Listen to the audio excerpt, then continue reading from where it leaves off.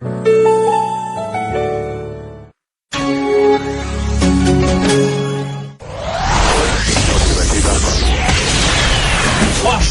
Breathe, Iris, Light, Mind, Flash, J-Doll, Easy Play, Anytime, Stork, Nada, Much, Slayer Boxer, C, Bisu, Savior, 16 of the most powerful StarCraft gamers in the world, LG, Intel Centrino, GOMTV, Star Invitational.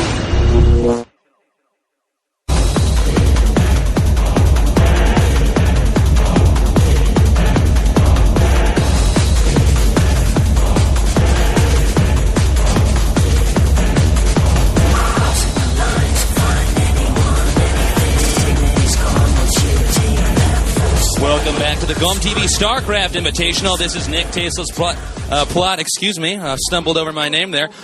Broadcasting to you from Seoul, Korea. We have an exciting match today. Stork versus FlaSh. Two of the best players in the world easily. This is a moment in esports history. I can't wait to see how this is going to turn out. Two geniuses in their own right. FlaSh and Stork. Now, I just found this out yesterday. I have to reiterate this because I was so shocked when I discovered this. FlaSh is only 15 years old. He's literally only 15 years old. He's a freshman in high school, and yet he is easily one of the most brilliant strategic minds that there is today. This is going to be a really tough fight for Stork. Even though I've predicted so far that I think Stork will win 3-2, that's mostly because the maps themselves are just so difficult for the Terrans. I mean, Katrina and Bekmagoji particularly, carriers are just so powerful on them. The first map we're going to be playing on is going to be Katrina. This, I believe, is the hardest map for Terran in the tournament. Stork is one of those players that his build orders are just so impeccable. They're just so strong that usually he gains, so much of an advantage early on. It becomes very, very difficult to take him down mid-game to late game. Stork is also an excellent Protoss versus Terran player. So that's also going to be something else that's going to be tough for FlaSh. But FlaSh just yesterday in the Star League slayed Bisu 3-1. He is just taking out everybody who's good. Not to mention, FlaSh had some very, very tough opponents coming into this tournament. He took out the likes of J-Dong, Savior, and even Anytime. So I have to say, it could be anybody's game right now. FlaSh also seems to be proving that Terran can, in fact, win on this map, despite how difficult it is. Stork versus FlaSh. I can't wait. I am so pumped right now. It's going to be so good. I still can't believe how young FlaSh is, though. This just blows my mind. I don't know how you become, like, the best Terran in the world and go through puberty at the same time. I mean, that is just unbelievable. So props to him for that. It looks like both FlaSh and Stork have joined the game. Oh, whoop, actually, Stork just left.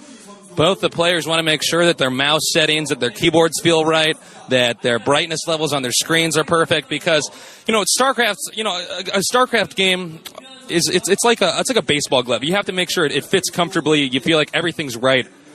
Otherwise, you can lose so easily. I mean, this is a game where you have like 300 actions a minute. Sometimes even 400 actions a minute. I know J-Dong clocked one at about 450 in one of the previous games in the tournament. And that just goes to show you what a fast-packed, action-packed, intense game this is. FlaSh really, really proving here that you can win despite the imbalances. Everybody says that all the maps in the tournament were favoring Protoss, and I would have to agree with that. But then again, with a player like FlaSh, it's pretty tough to figure out what it's going to take to beat him. He did lose once to Anytime, but still, he managed to wipe Anytime out shortly after that defeat. I actually spoke to him before the tournament, the very first day, and I said, what do you think your chances are getting out of your group? He said, I think they're good. Not only that, but I think I can win this tournament without too much difficulty. And that's, at the time, I was like, well, your group is pretty tough, though. But he seemed very confident, and his confidence has shined through. He's ranked 7th in Kespa. Oh, great, we're getting some English on there. He's ranked 7th in Kespa. I believe the second highest ranked Terran in the world.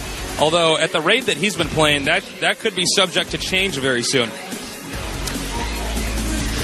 So Bisu's going to have a tough fight with this guy. It's not going to be easy for either of the players, obviously. But again, a player like FlaSh is no one's easy opponent. There's a shot of Stork. This is the guy who won the World Cyber Games World Finals, defeating PJ and taking a victory for the Koreans.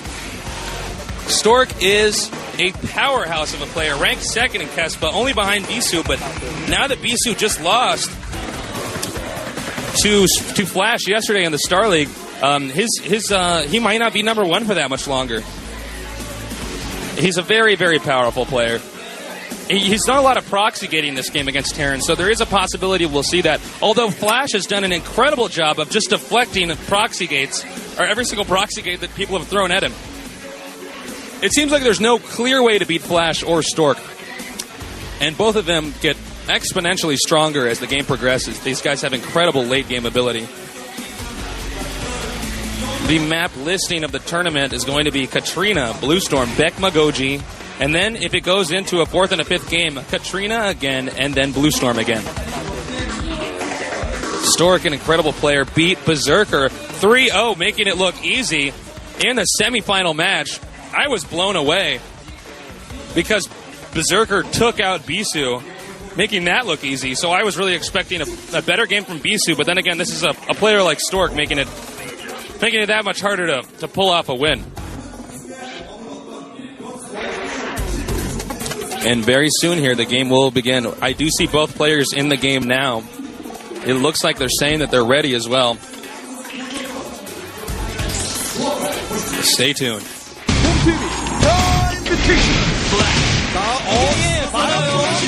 오영종 가야 돼요. 바로 필요해서 오영종의 질럿들 앞쪽으로 전진. 자, 탱크 하나 잡아준 다음에 드라군이 무서워지겠죠. 질럿이 너무 뭉쳐서 움직이는데요. 약간 파트너 조정했는데 지금 질럿 녹아요. 그죠요, 오영종 선수 지금 인터셉트 숫자보다 캐리어 숫자가 더 많은 양상이에요. 그렇죠. 지금 인터셉트를 몰 시간이 필요하거든요. 오영종 선수는 여기서 막으면 인터셉트 몰 시간이 없어요. 지금은 이제는 Here we're looking at some of the previous games. And man, look at this. Here we see FlaSh. What looked like was going to be a loss in one of these games. Excuse me. Just showing some excellent control here. And then this is the game I believe it was against Anytime. I could be incorrect. The screen on the screen. But this is the game where it looked like FlaSh was completely dominated. And then somehow FlaSh, I don't know, punched in G codes and came back with way too many units and just won. And this is on the map that it's so difficult for the Protoss to win. I mean, excuse me, for the Terran to win. But he's really proven that he's just a monster. I'm curious to see actually if Stork is going to be going for some early carriers again on this map. That seems to be pretty popular. Here we see some of the fans out there in the audience. There's a FlaSh sign. I believe that was on the FlaSh side of the crowd. The crowd is actually split. Half of the crowd to my left is all Stork fans. The crowd to my right, all FlaSh fans. Split right down the middle. Both of them very popular players. Both of them very skilled. Esports history is about to be made. Can a 15-year-old genius, who, by the way, has only been playing the game for 3 years and started playing it when he was 12, beat a seasoned professional gamer who just echoes brilliance in how he plays, a player named Stork?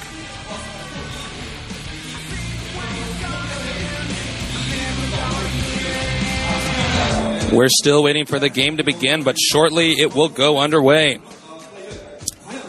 Some other players Stork has taken out are players like Free and Hwashin. Players who are very, very good. Hwashin was actually one of the people I predicted to get out of his group. 어찌됐든 캐리어가 모이면은 골리앗이 많다 Now we're taking a look at Stork's game. 조금씩 이득을 취하면서 역전을 한 것이 프로토스의 Stork really knows how to use his carries on this map. He's proven that he's better than all the other Protoss players at getting carriers on this map. He knows how to get him at the right time. He doesn't get him too soon. He doesn't get him too late. 한 대 정도 더 떨궈야 됩니다, 일본성은. And for a match like this, it's going to be critical to figure out if Stork can get the carriers at the right time, assuming he does go carriers. We did see BC getting arbiters on this map. It is critical to see if a player like Stork can actually do it against a macro god like FlaSh. Oh man, I remember this game.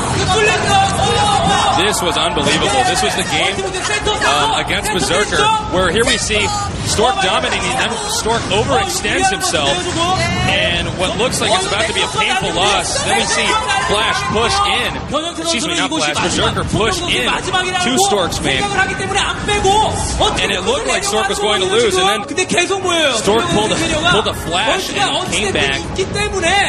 And it was unbelievable. He had that hidden expo at the top right. Berserker, known for being aggressive, it ended up working against him. And then the carriers from Hell came in. And I gotta say, I was blown away by how well Stork played this game. His carrier control is incredible.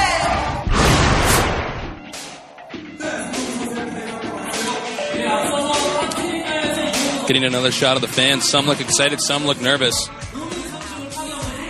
A big moment for both of these players. The GOMTV StarCraft Invitational. Two powerhouses. Two legends. The player voted most likely to get out of this tournament was actually, or excuse me, I shouldn't say get out, to win this entire tournament was Slayer's Boxer with a whopping 35.8% of the votes. Slayer's Boxer losing in Group B, and here we only have these two good players left. A lot of people say that FlaSh, I was talking to Grimto actually yesterday, and he said this too, that FlaSh is going to be one of those last generation Terran players. Just epic. I still cannot believe how young he is, though. I wonder what his brain looks like, honestly. To be that good and that young. Imagine his potential in a few years, even. He could be unstoppable. Stork knows that. Now is Stork's time to prove that he's still the dominant player. Again, Katrina, a tough map for the Terrans to win on. The architecture of it makes it very favorable for carrier harassment. Also a back expo in the main. Fast Nexus is pretty common. Stay tuned.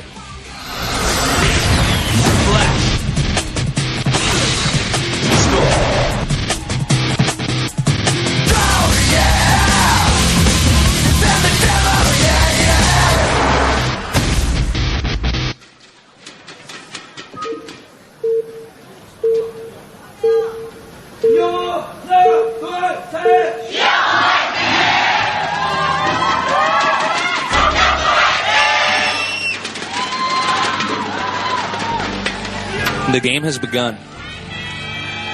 There's no turning back now. There's no more time to practice. FlaSh versus Stork in the grand finals of the GOMTV StarCraft Invitational. FlaSh at the south and Stork at the north. We could see right off the bat FlaSh's screen. Every SCV counts. He has to move it to the exact right mineral patch. Players like these have even calculated which mineral patch they should bring their SCVs to or probes to first. Now, what we want to look for to begin with is how will the Protoss open? Will he be getting a fast Nexus? Will he be going for Gateway first? Terran's build is pretty predictable, although I have seen Terrans go fast command center on this. Terran will get a supply depot, then the barracks, then the refinery, and get some type of factory, and then probably expand earlier than we would normally see. Protoss have a bit more flexibility, although Protoss have much more flexibility in general for what type of build orders they can open with. We previously saw FlaSh go for a lot of early upgrades on this map, which makes the Goliaths much stronger against the carriers.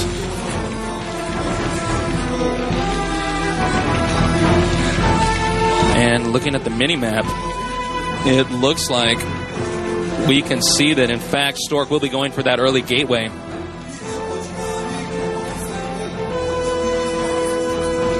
FlaSh positioning his buildings in such a way that he's walled off.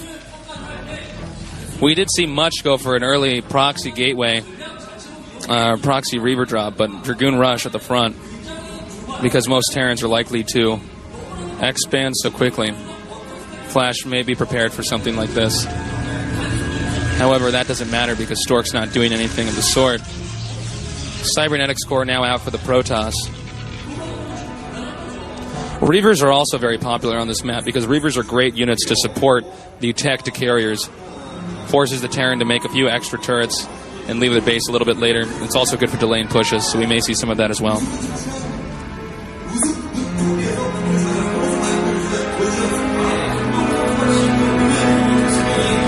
Stork has started scouting, as has FlaSh, scouting at the exact same time.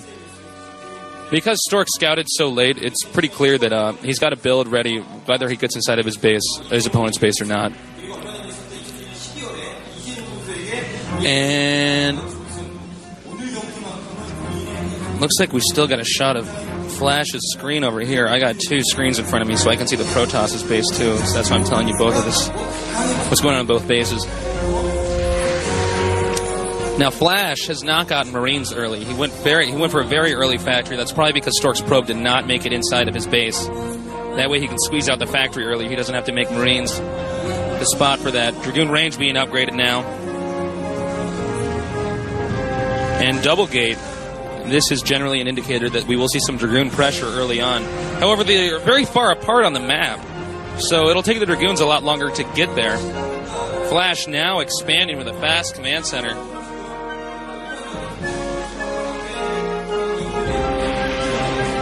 Now, both players are aware that fast expanding is pretty common, so Stork is probably aware that his opponent's already expanding very quickly due to the fact that he did not see the Marines in the or coming out of the barracks. Means he's saving minerals.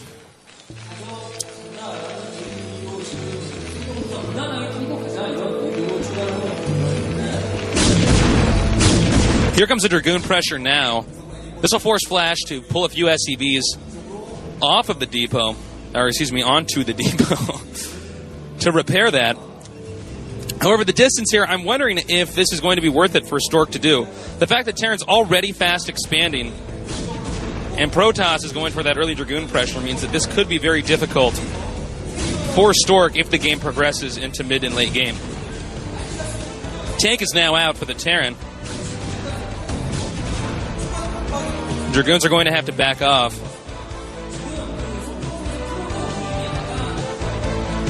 And wow, it looks as though Stork is continuing to pump Dragoons heavily. Now going to be getting a Nexus pretty soon here. Now the Dragoon pressure is coming on pretty hard here. And FlaSh cannot afford to lose this depot. If he loses the depot, the whole game could end very soon. As you can see, Stork's carefully microing his Dragoons towards the repairing SCVs, then backing away. Siege mode is now done. Hopefully that is in the correct position, but no, Stork has backed out once again and is now attacking the barracks. He's got to edge the siege tank up here in the perfect position so that he can actually not be bum rushed by the Dragoons that now have Dragoon range. FlaSh did expand much quicker than Stork did. That's generally bad news for the Protoss, but I mean, obviously Stork is aware that this would have happened, so I'm very curious to see how he's going to play this out.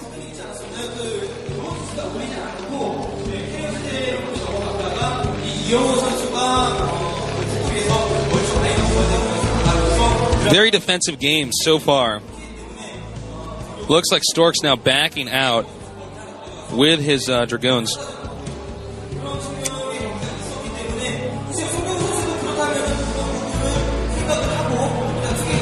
And we finally see the Stargate now for the Protoss. So carriers will be teched at this point in time. He will have enough Dragoons to hold off any type of early rush.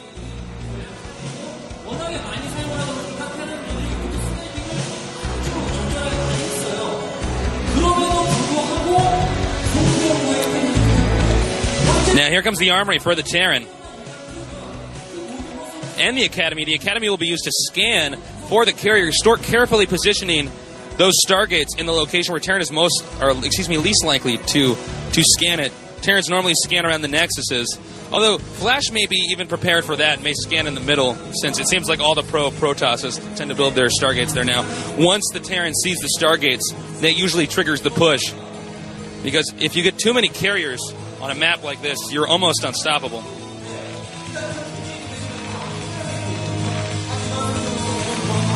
Note that FlaSh also got that second refinery pretty soon. So he'll be going for a very gas-intensive opening.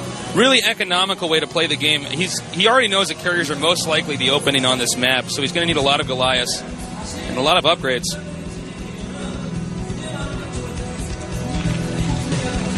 As we can see, Very withdrawn game so far, but a very typical game for pros on Katrina. But once the carriers start coming out and the Terran starts pushing, this game is going to get insane.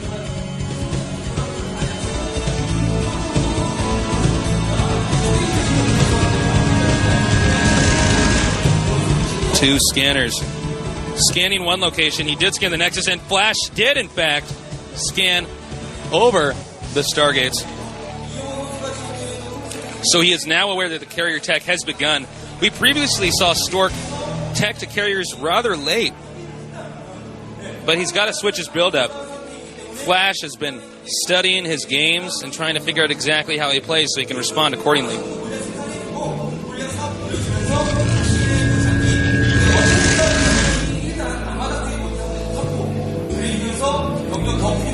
So far, it looks like Terran is going to be expanding pretty soon.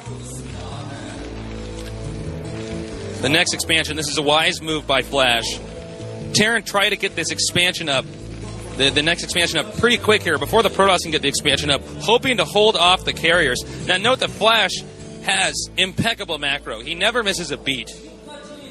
It's one of the reasons why Protosses have been having such a hard time with him. I mean, if you forget one pylon, you're likely to get run over by FlaSh's army.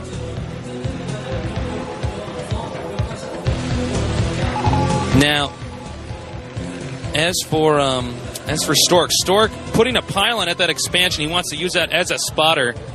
He knows that his opponent's going to expand there. These players have practiced on this map so much, they have a very, very, very good idea of exactly what their opponents are most likely going to be doing. Now it's going to be a matter of execution. Here comes FlaSh now, pushing out. And hold on one second.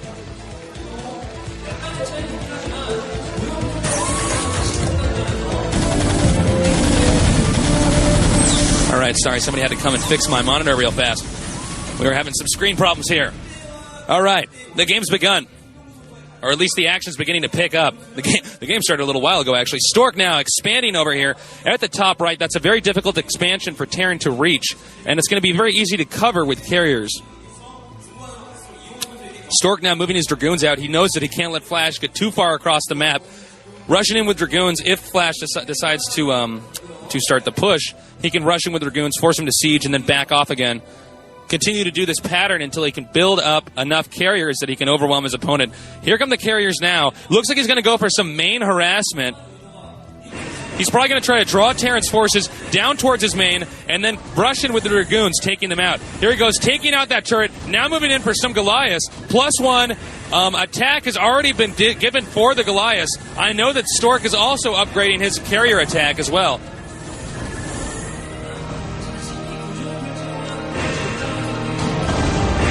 Here comes Stork's carriers now, moving in. FlaSh seems to have a sizable amount of Goliaths. And he will have to back off. He may be able to harass some SCVs from behind that expansion, but Stork knows better than I do on when to attack. This is the build FlaSh likes to do. He gets those 2 armories and just upgrades so fast that by the time the Protoss has a reasonable amount of carriers, the Terran already has a 3-3 ground army, and the Protoss' army melts like butter. He's moving into the back now, trying to draw a few more Goliaths over there. He may also try to rush into the front with the Dragoons. Now attacking the engineering bay. Now he's going to back out pretty quick here. He can't afford to lose too many carriers, and one's going to go down. Bad news for Stork. A total blunder on his part. Losing the carriers like that early. It really affects you. When the Terran decides to push, he needs every single carrier he can get. The harassment is important. Wow, FlaSh has already checked that expansion. This guy's a genius. Sometimes I feel like when I watch FlaSh play, it's like I'm watching that Deep Blue chess computer program. You know what I'm talking about? Like, he's just so bright. He makes all these excellent decisions. I don't think that Stork has gotten the interceptor upgrade. I saw that he clicked on the carriers and it only had 4, although that might have just been a new carrier that had come out. I hope to God he actually remembered to get the interceptor upgrade, or he's going to be in a lot of trouble.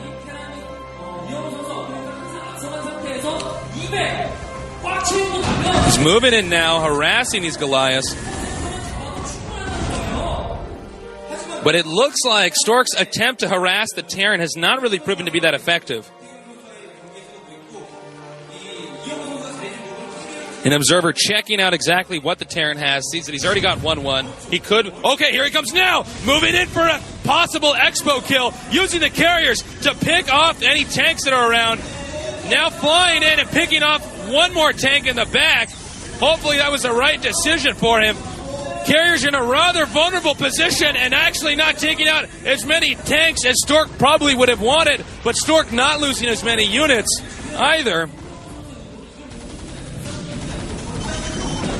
This is a big deal. There are a lot of people down here. The KTF basketball team has even shown up. And yes, KTF does own a basketball team, in case you were wondering. That was not a joke. Here the Dragoons are backing out now. And it looks like FlaSh may have decided this is the moment to push. This is just so bad for Protoss. He's already lost that one carrier. And FlaSh is now moving out with a 2-2 upgrade.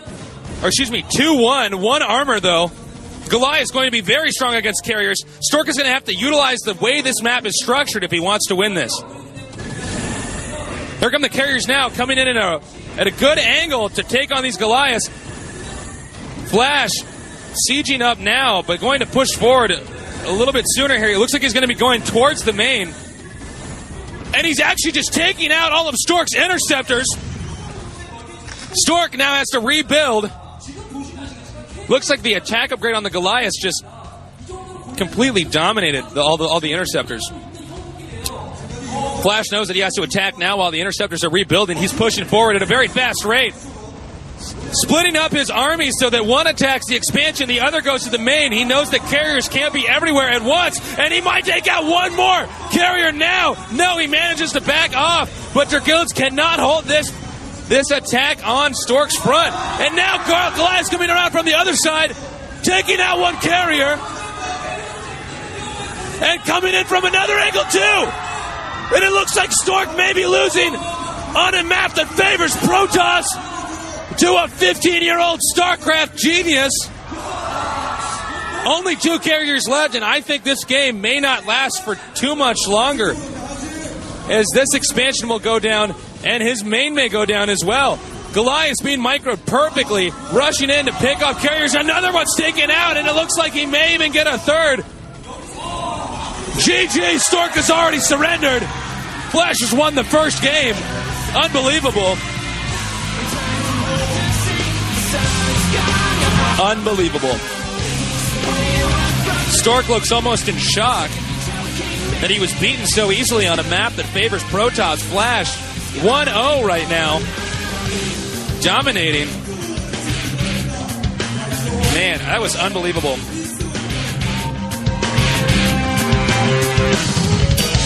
Somebody on the forum says shout out to Tulsa Tech. What's up, guys? Cheers to you. I also want to give a quick shout out to Little Susie and Honest Tea. Also, of course, the people at TeamLiquid.net. I hope you guys are all enjoying this. Well, I can't believe that FlaSh dominated his opponent that easily. That was just unbelievable. I mean, he made it look easy, to put it simply. FlaSh really showing that it doesn't matter what map you're playing him on. He's going to do very, very well. The next map is going to be Blue Storm. Another map that a lot of people say Protoss can dominate a Terran on, but can you dominate a FlaSh on it? That is the question. FlaSh, just a ridiculously good player. Both players stepping out of the booth now. Going to do a quick bathroom break before that game begins.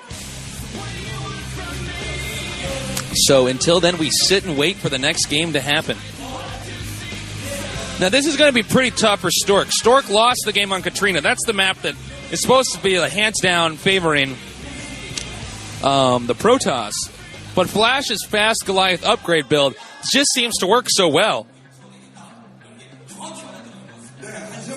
I gotta say, I just can't believe how easy FlaSh made that look. It wasn't even like there was that much action within the game. It was like FlaSh's build was so well calculated, so well orchestrated that he just moved out of his base and went in for the kill. Made it look like child's play.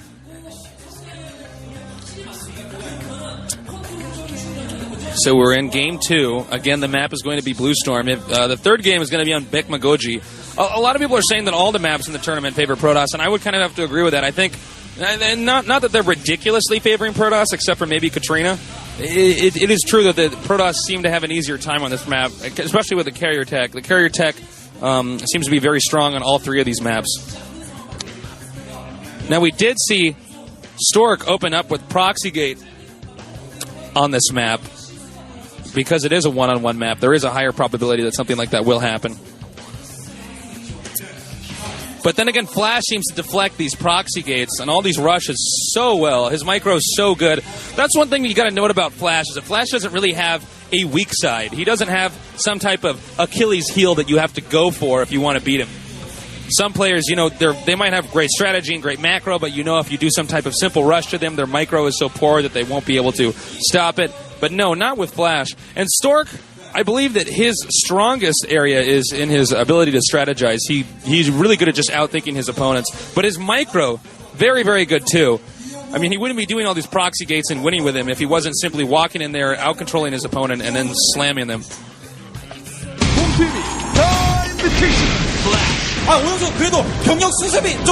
Here's the FlaSh cam. This game, really tough game. 오네요. 바로 오네요. 왜냐면 다른 질럿들은 그냥 직선으로 오거든요. 돌아서지 않고 마인이 매설되어 있지 않은 곳이기 때문에 게이트에서 뽑히는 once again, 이영호 he's really showing that he's an incredibly good player. 멀티 칼렌스 시브이도 없고 지경으로 본진까지. 네. 그때는 11시를 안 지켰을 때고 지금은 봤단 말이에요. 11시까지. 아, 이거. 그렇지요. 마치 뭐 지금 번호차를 달고 뒤에는 It's been a tense atmosphere down here. The GOMTV StarCraft Invitational. There's so many people that are so excited to see this. Here we see another game. This is Stork, actually. 굉장히 골치 아프거든요. 많이 하나 남아있나요? This turned out to be an interesting wild game as well, with the Dragoons rushing in there, taking out that tank. The double bunker. Actually, excuse me, I think my screen might be saying the wrong information. Excuse me, I'm saying something incorrect here. This was the moment where all those Dragoons got taken out, and it was GG there. And FlaSh won that. Excuse me, wrong information on my screen. I was pretty sure that was FlaSh we were watching. All right. Well, we've seen a little bit of highlights from both of these players on, you know, how well they have done on this map, which makes it even more exciting to see how this is going to turn out. There is a possibility, again, that Stork may go for some type of rush, but FlaSh may have already predicted that. FlaSh may be scouting around his the outside of his base with an SCV to make sure he can spot those proxy gates. But with a player like Stork, you might be able to spot the proxy gates early and then still lose.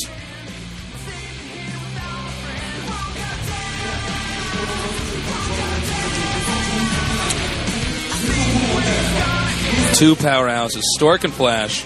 Unbelievable. Looking on the game, someone says that game wasn't really so much FlaSh's win as Stork's loss. I would agree. Absolutely. I think Stork, he got a little bit too aggressive with those carriers and then just kind of botched it.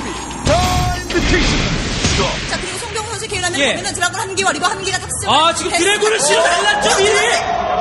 드래곤 넷을. 거기서 실어 날르고 리버와 드래곤이 떨어지면은. 드래곤 탱크도 잡아주면. 입구가 입구를 안 뚫고 바로 뒤로 다 들어왔거든요.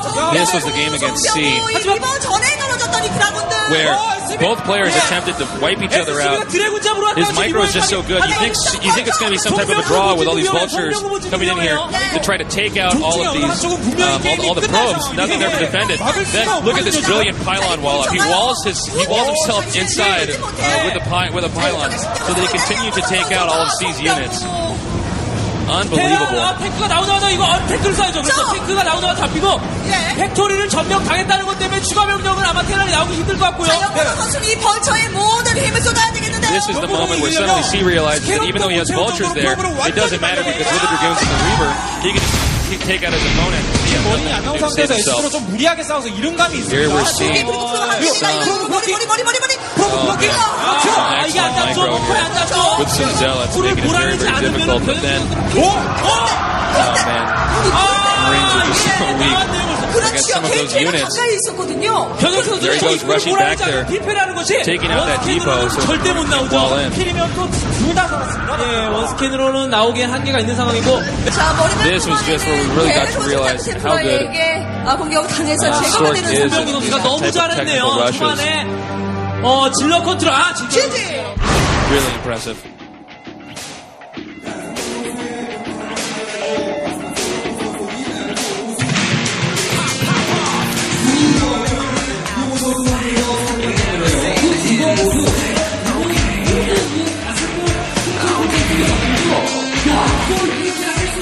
This is the GOMTV StarCraft Invitational. We're still waiting for this game to get started. FlaSh probably very happy that he's already got this big advantage early on. The young prodigy, FlaSh. Stork probably very frustrated that he did not get that, what should have been an easy win on Katrina. FlaSh already won one of his matches in the OSL, 3-1 against Bisu, the #1 ranked player in Kespa. FlaSh rapidly becoming the best Terran on Earth, perhaps the best Terran ever at this rate. A 15-year-old genius. Stork, a very seasoned pro gamer, a veteran. He was not always #1, but he practiced and trained so hard that eventually he became one of the best Protosses of all time. Quite a strategist. And, you know, I can't believe we're watching two of these giants play each other right now at this invitational tournament with all of the greatest StarCraft players of all time all duking it out. And we have two players left who are, simply put, two of the best in the world. Looks like the game's going to get started soon. So stay tuned.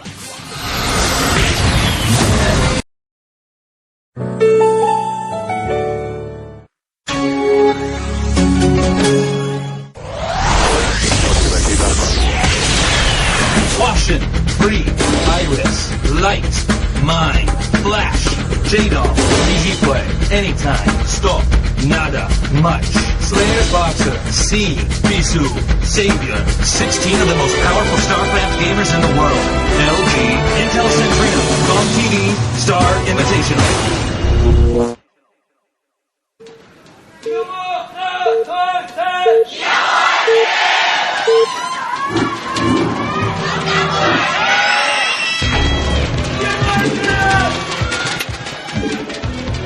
The game has begun. We see FlaSh at the top right, a red Terran. There he is now, a 15-year-old prodigy, one of the most terrifying 15-year-olds you will ever meet. And here's Stork at the bottom left. This guy's pretty scary too. I mean, when this guy logs on Battle.net, I turn off my computer and hide under my bed. He is really good.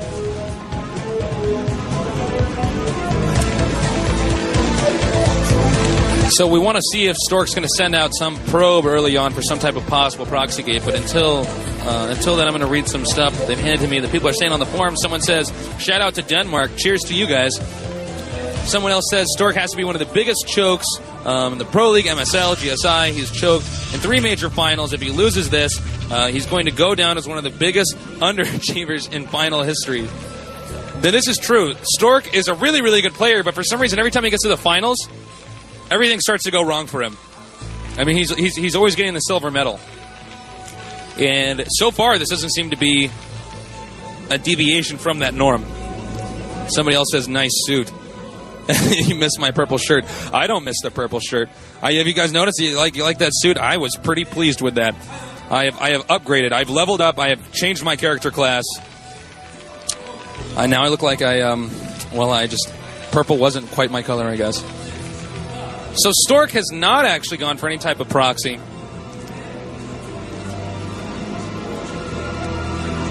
But will instead go for what looks like a gateway first.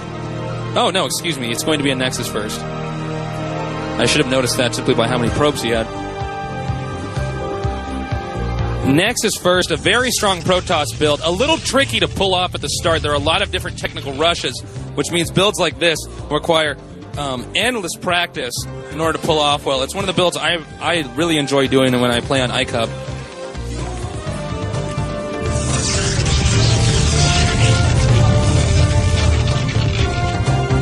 Now, I'm curious if FlaSh is going to go for some type of very, very aggressive rush.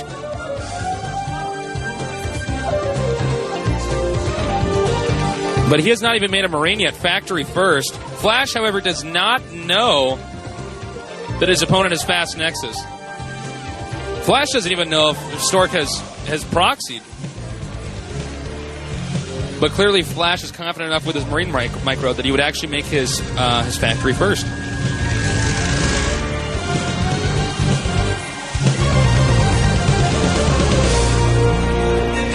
Now, soon FlaSh is going to scout the fast Nexus and suddenly realize that this could be very difficult. Only Marines and SCVs are the Terran units that can fit through that small entrance, which makes an opening like this.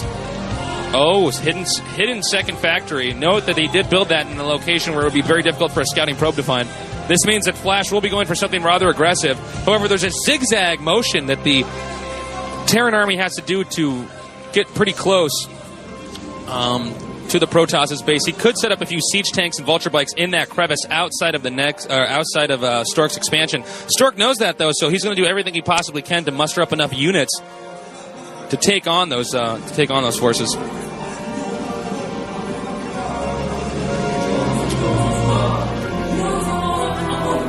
Note the positioning of the Marines. He doesn't want to let Stork see that, in fact.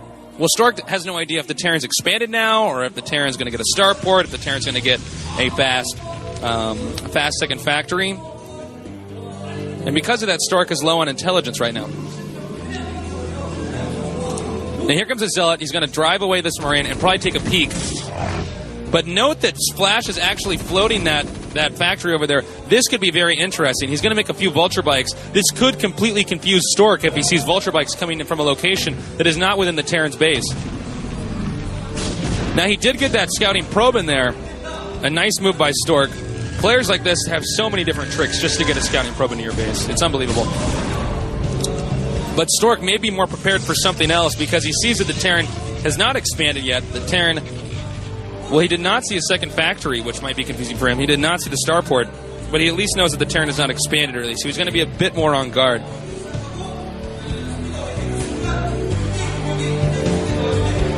The vulture bikes are now sneaking around. It seems as though Stork has sensed something and is now moving into a position which is more desirable. Here come the vulture bikes. Stork spotted them. He's going to do everything he possibly can to try to delay these vulture bikes, taking out the mine and moving along the way. Oh!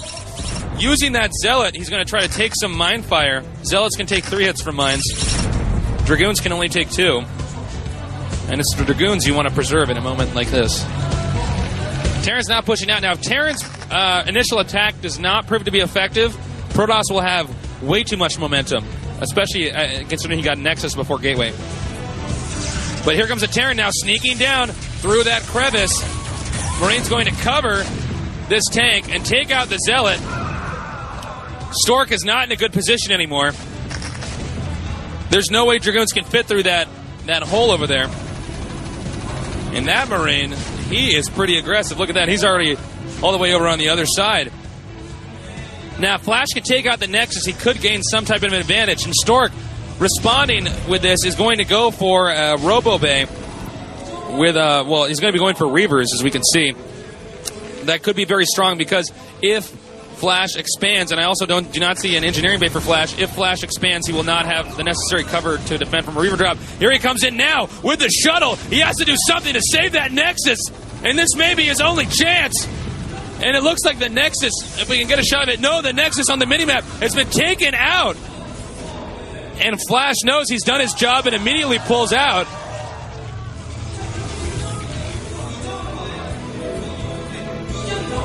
Good players like this know when they need to stay and they know when they need to leave, and that was a perfect decision for him to take out that Nexus, and while he has the advantage, not risk being there anymore.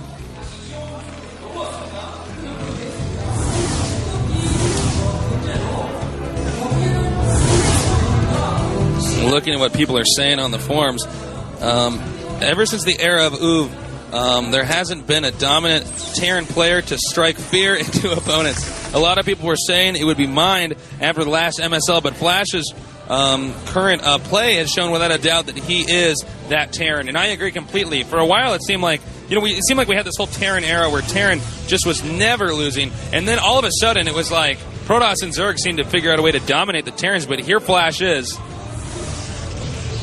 this baller kid who is beating people who have been playing the game for 3 times as long as he has. He started playing at 12. I can't even believe that.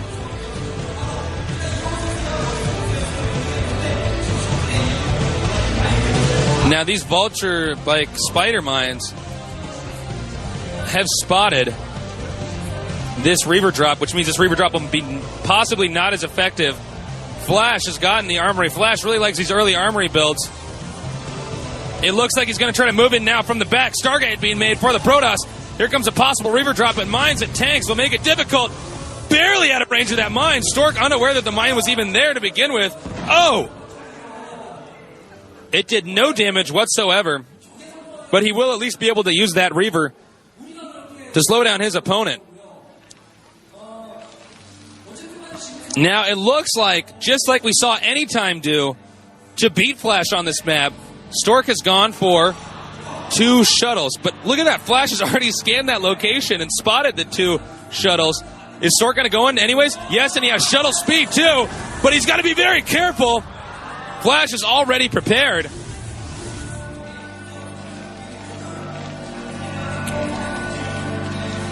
This is one thing you really have to notice about FlaSh, is that he never seems to be harassed easily in the early game. Note again, Stork's positioning of the Stargates in such a place where it's not unlikely for Terran to scan. Although players like FlaSh have map hacks in their brain, so maybe that won't matter. Seeing the early Reavers should also already indicate that carriers are a very likely possibility, as well as the structure of the map.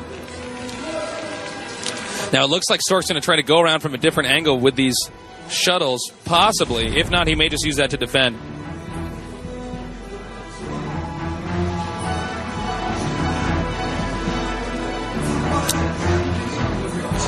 And FlaSh, in a very defensive position, is trying to muster up enough units that he can march across the map and put the killing blows on his opponent.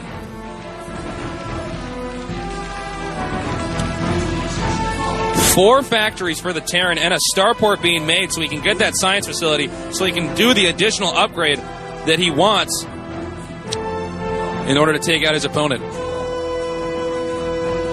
Stork is expanding again and now going in for a containment. He needs to do anything he can to hold back the Terran for any type of harassment. Here come the shuttles now moving in.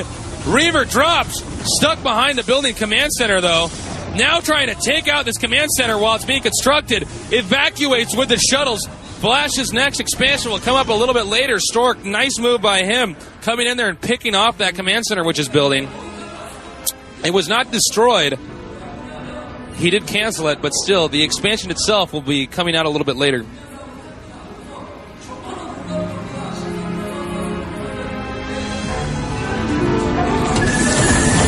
The observer's been picked off.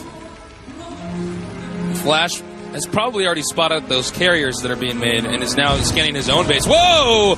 Reaver dropping really quickly, just taking out one tank. Stork being very aggressive.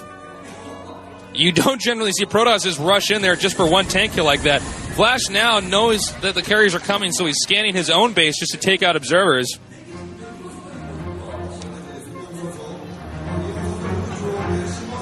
Protoss still has that containment outside of the Terran's base.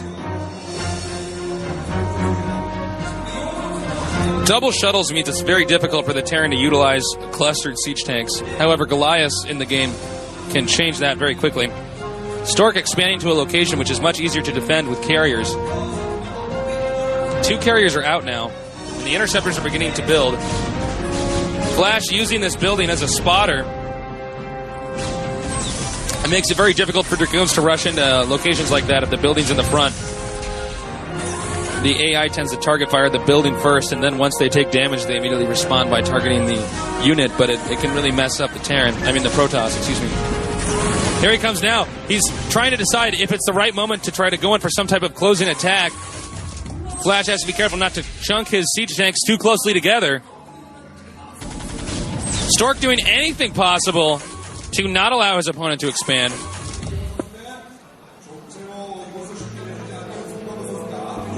And he's now transferring probes. Stork gaining a pretty big economic advantage here with 2 expansions.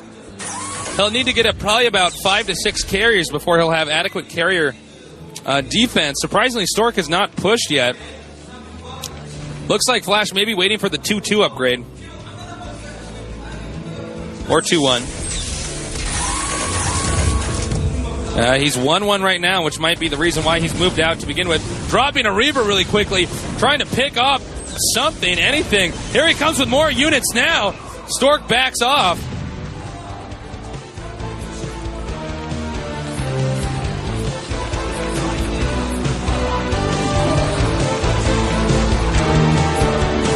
Stork definitely at an economic advantage right now, but he's going to need some more carriers if he wants to stay inside this game.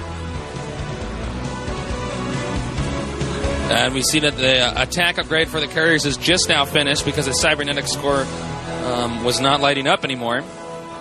So his carriers will be reasonably strong. The Reaver, the Zealots, and the Dragoons are going to make it tough for the Terran to get too close. This may turn out to be a maxed game. And if that... Okay, here we go. I think we're getting a shot of the inside FlaSh's screen. As we can see, he's a beast going everywhere. Macroing very well. Or maybe that was just my screen that got a shot of that, because when I look back, I see it's not. Now here he comes with the carriers moving in. Reavers taking out SCVs. And FlaSh cannot afford to lose that many SCVs. That was definitely a win right there for Stork. FlaSh suddenly realizing what's happened, knows he has to push now. It's now or never. Moving out now. One Zealot, thirsty for SCV blood, is still taking out a few SCVs over there. Stork going to back off a little bit, knows he's in the advantage with the SCVs, is going to sit back and get just a few more units before he tries to go in for the kill move on this push. FlaSh has to control his units perfectly.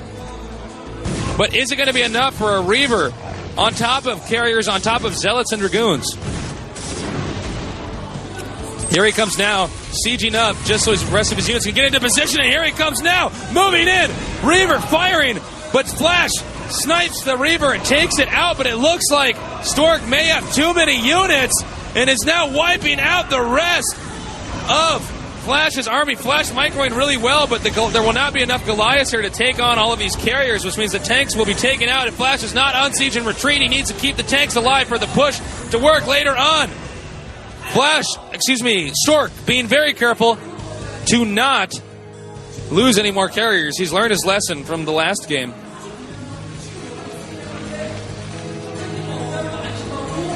More carriers grouped together now. And here they come now, trying to attack a few more Goliaths. Goliaths being taken out. Tanks pulling back, now sieging up. He may be able to snipe those tanks with the carriers if he chooses, but first he will go for the Goliaths. Carrier control is too good, and it looks like Terran might not be able to do anything about it. Now taking out those tanks, making the Protoss ground army very, very strong. Looks like Protoss on the minimap is going to be expanding pretty soon here at the top left.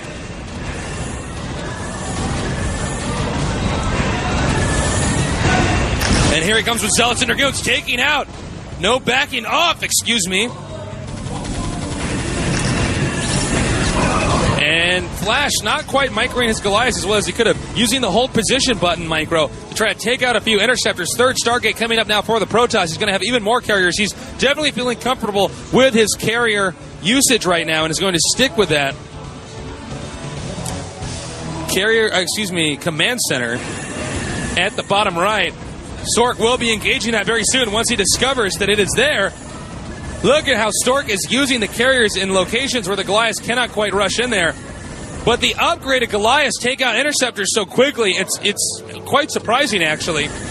And it looks like there may be a push in the bottom center corner. Actually, it's not a corner, it's just the bottom center. And now Stork's response is to try to go and counterattack an expansion. FlaSh suddenly realizes and pulls back.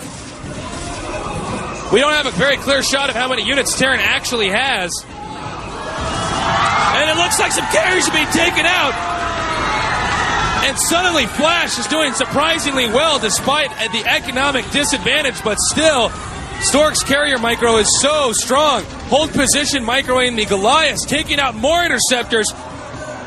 Stork maybe interceptorless for a little bit, and now he's going to have to rebuild all those.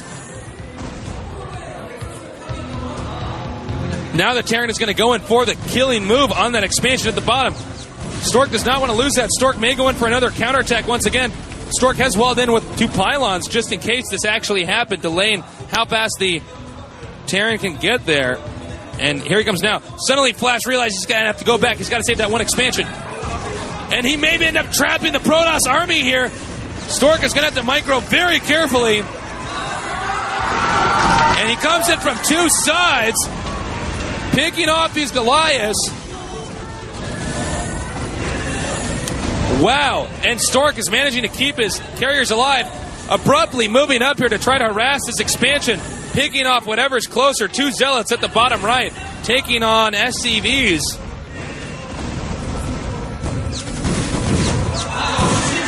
And 2 Vulture Bikes in the bottom main, which means that Stork is not mining minerals from those locations. That could be very bad news for Stork in the long run. He needs as much Vespian gas as well as possible just so he can keep on getting carriers. Look at this excellent carrier control by Stork, pushing back some Goliaths, making SCVs more vulnerable. He's picking off a few more Goliaths. Terran has to scramble and make a few more turrets. And wow, picking off tons of SCVs. This expansion will soon be SCV-less. Goliath's doing a great job trying to push back these carriers, but is it good enough? But it looks like, oh, another carrier goes down, and it looks like Terran's about to push. Stork's even upgraded the shields, so the carriers are just that much stronger. Has not gotten gas at that expansion, surprisingly. It looks like Terran may regroup and attempt to go in once again for a major assault. Terran has not yet been able to engage anything that's too far on the left side of the map. And here come the Dragoons and the carriers now. Goliath's going to back off, probably wait for some tank support. It looks like there's some building that's under attack here. The barracks, he won't be able to make any more factories until he remakes that barracks. FlaSh has to control everything very, very carefully, and having an uphill battle like this is going to be tough on him. If he can take out enough Goliaths, he can go in for the kill move on the tanks, keeping the Dragoons just out of tank range. FlaSh not microing as well as he could, but using that hold position micro pretty well to take out interceptors once again. Stork will have to back off. Observer picked off as well. This is turning out to be an insane game. Here we see the carriers trying to pick off a few more Goliaths. Tanks within range of the Dragoons. The Dragoons will not be of use too much longer, and FlaSh may actually manage to get across the map. Many interceptors being taken out now. Not very many tanks for FlaSh, though. A heavy Protoss ground army could prove to be quite difficult for Terran. And it looks like the +3, or maybe even armor for the carriers is about to complete. Here he comes now. Looks like FlaSh is going to have the high ground advantage. FlaSh is uncomfortably close to where Stork is. Now picking off a few more Goliaths, Zealots, and Dragoons coming in from the bottom. And it looks like he will manage to take out enough Goliaths to make this attack of FlaSh's a failure. The tanks will be taken out, and soon Protoss will respond with a counterattack, most likely at the bottom right, but who knows? He could attack anywhere with the carriers. Who most likely, wherever FlaSh is most vulnerable, FlaSh in a very difficult position right now. Looking at the forum, someone wants to say shout out to Ironwood High School. We're watching at 3 a.m. Cheers to you guys. Someone else says, excuse me, I can't say that on TV. Somebody else says, shout out to Case Western University of Cleveland in Ohio. Nice, guys. I'm glad you guys are watching. I hope you're enjoying this. And here we see the carriers taking out this command center. It will be of no use anymore. Stork has to choose where he attacks next very carefully.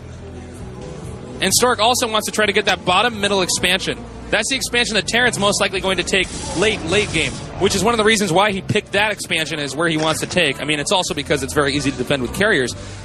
But it's important because if this game goes into the late game where almost everything's mined out, Terran will not have as many minerals at that expansion.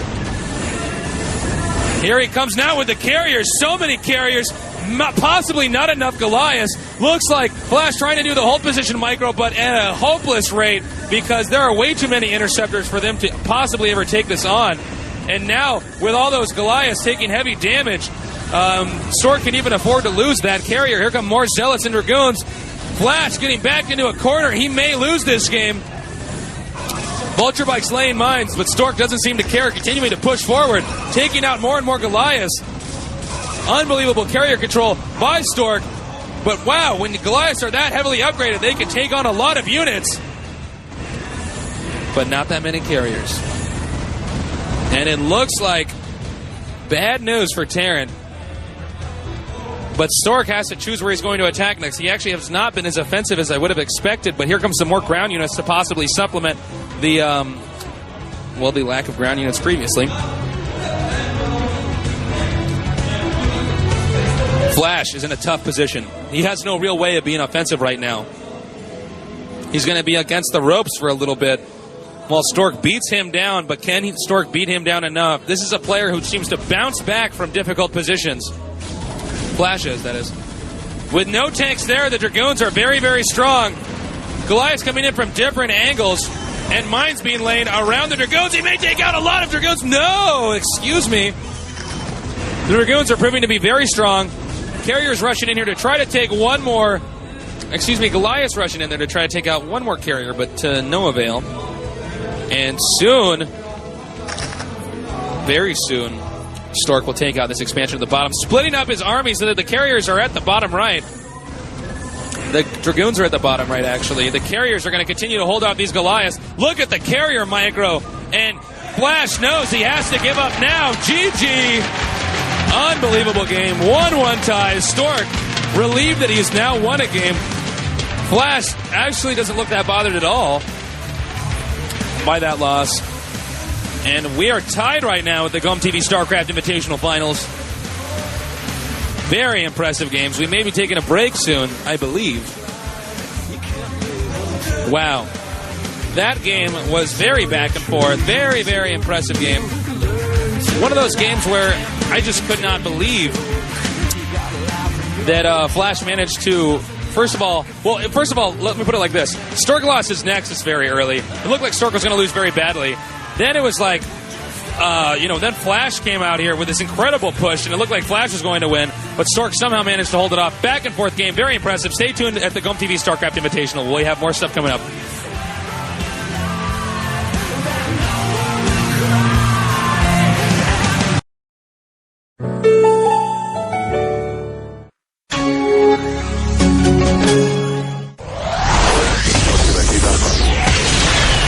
Caution, Free, Iris, Light, Mine, FlaSh, JDOL, Play, Anytime, Stop, Nada, Much, Slayer's Boxer, C, Bisu, Savior, 16 of the most powerful StarCraft gamers in the world, LG, Intel Centrino, GOMTV, Star Invitational.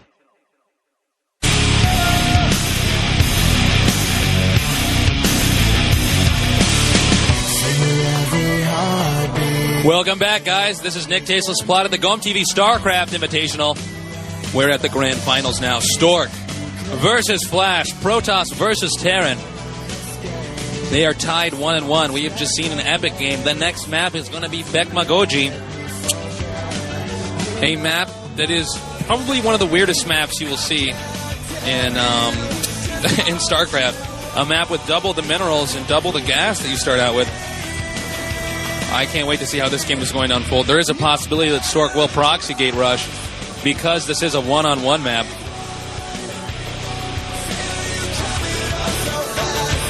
As we saw earlier, Stork played a very, very impressive game of Protoss versus Terran. He did Fast Nexus. FlaSh responded by a very well-calculated rush, which actually picked off the command center, and he then backed out. It looked like Stork was going to be pretty far behind, but then, well, it looked like the tables turned. Stork managed to get enough carriers in there that he just did an incredible amount of damage with them.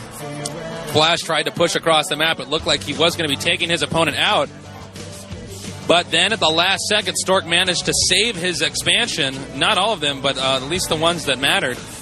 And come back. And then with the low tank count, well, it was just pretty easy for Stork to run over FlaSh. It was only a matter of time then. FlaSh, child genius, 15 years old, and he's made it all the way to the GOMTV StarCraft Invitational Finals. Unbelievable. He's only been playing for 3 years, and he started playing at the age of 12. I mean, when I look back at how bad I was at the age 15, when I started playing StarCraft, I really have to say I have a lot of respect for this guy. He seems to have some type of supercomputer brain. Stork, a strategic genius. Very good at decision-making. Very hard to beat once he gains the momentum. And these two giants are facing each other to see who can be declared the best StarCraft player in history. We have the new versus the old, FlaSh versus Stork. Both players have a lot of respect for each other. I talked to them a little bit backstage. And, I could totally see why they would. These are two powerhouse players. We've been getting a lot of good feedback from the event here live and online. I gotta say, it's a real thrill to be here. 야, 들면 질러! And 질러! here's a highlight of FlaSh. 두개 저 위쪽에 있었어요. 예. 자, 전장 합류 이용호 Very, very 선수. 대위인데요, 대위기 지금. 네. And it looks like 뒤에 들어가는 이용호 선수가. 자, 벌쩍 한 개 그 사이 빠져서 이용호 선수. the previous games of the tournament. That's what 자, 글쎄요. 자, 드라군. 오영경 선수 이렇게 상대가 턱하고 덮치는 플레이가 좋은데요. 탱크 나오고 SC도 있고 입구 쪽에 버프가 있기 때문에 He's one of these players that does not seem to lose to SB 적당히 줄여주고 나서 탱크에 붙어야죠. 탱크에. 자, 오영동 선수가 또 이런 플레이 프로리그에서 또 많이 보여주지 않았습니까? 네, 양쪽 컨트롤 좋습니다. 이영호 선수. 이영호 선수 조금 집중해서 프로브를 좀 많이 잡아서. 위험해요. 여섯. 자, 그런데 일단 SCB 줄여주고. 자, 벌써 6킬. 한기 돌아가서 벌처가 프로브를 잡은 것 때문에 지금 2게이트 돌리고 빡빡한 상황이에요. 그렇죠. 자, 드라군 한개 내려왔습니다.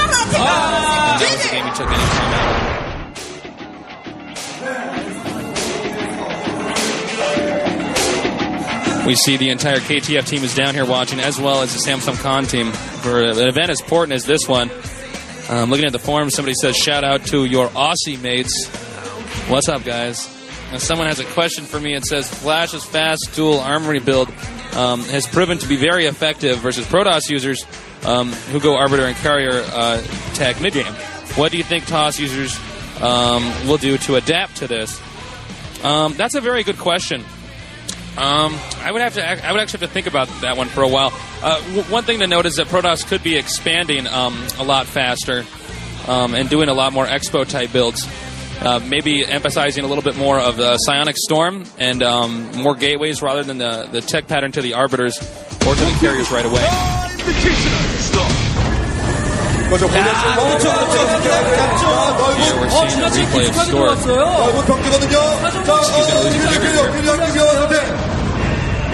And again, this was one of the games on Metro Goji.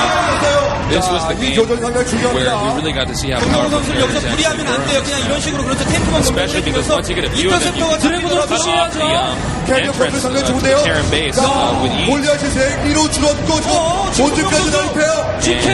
at that. I mean, this was a game where it looked like Terran was winning so easily. And all of a sudden, you got Stork. 이렇게 큰 손을 보시 지금 경기 끝에 캐리어 지금 4개인가요? 경기가 이렇게 되나요 지금? 아 이거 정말 아쉽겠는데요. 끈질기게 훈련 그리고 탱크 주인원이 경격 싸움에서 승리를 거둔 송병구 선수 본전 밀어붙이고 있습니다.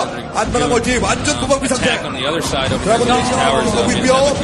자 무인지경 캐리어가 진영 선수의 본전 공격하고 있습니다. 6개가 쌓였어요 캐리어가. 간헐적으로 나온 송병구 선수의 캐리어는 위협이 되지 않죠. 아머리가 깨졌어요. 사자머리 업그레이드도 있게 만드는 캐리어네요. 이제는요. 속 많이 나오느냐 하면은 다른 맵과 This was a painful game to watch, where Berserker lost that first Marine and then Stork had double proxy gated. 열심히 동원하는 판단은 좋았는데 컨트롤. And this was complete owning. This was a very one-sided game where Stork really proves that, look, there's a girl freaking out right now.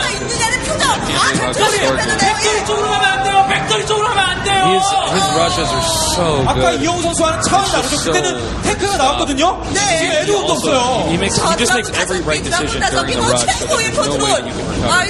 That's why I'm so curious to see if a player like Stork is actually going to proxy gate on a map like this.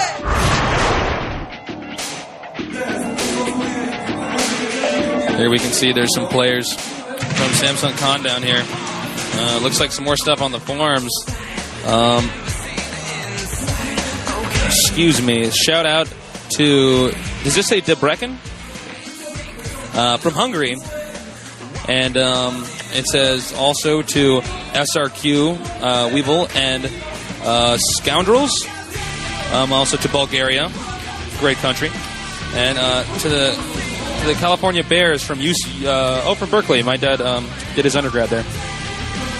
Cheers to all of you guys. I hope you guys are all watching and enjoying yourselves.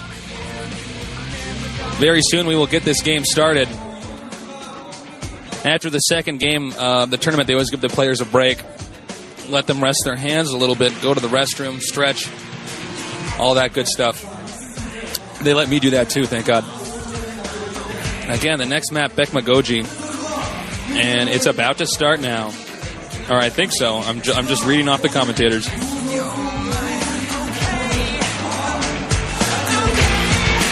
Maybe not, actually. I guess we got some more time. I can't wait to see how it's going to turn out.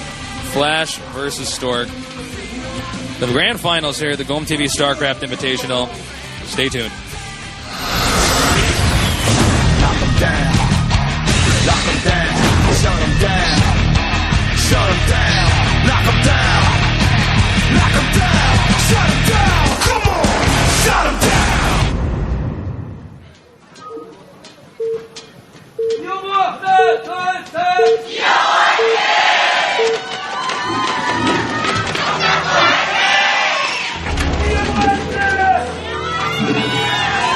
Fans are going crazy right now. All right, we've got FlaSh at the top right.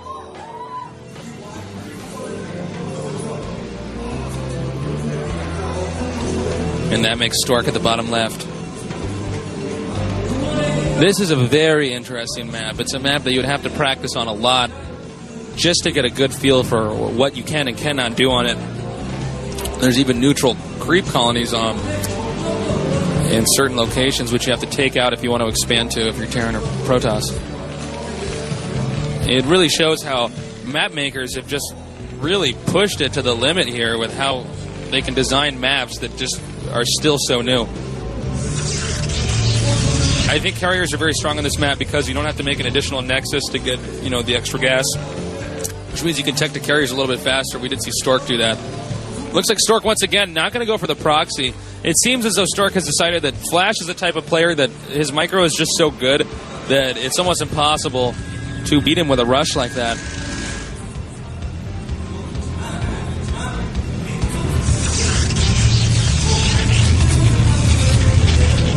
Gateway first for Protoss. Note FlaSh's building placement, very strong against a possible rush. Zealots can squeeze through everything, whereas Marines can fit through more different types of building setups.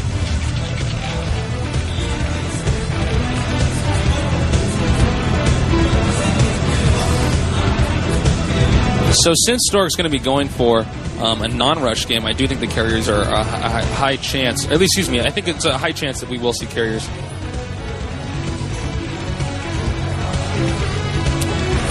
There's FlaSh's parents in the audience. Talk about the stressful thing to show up and watch your kid do and play in the finals of the GOMTV StarCraft Invitational at the age of 15.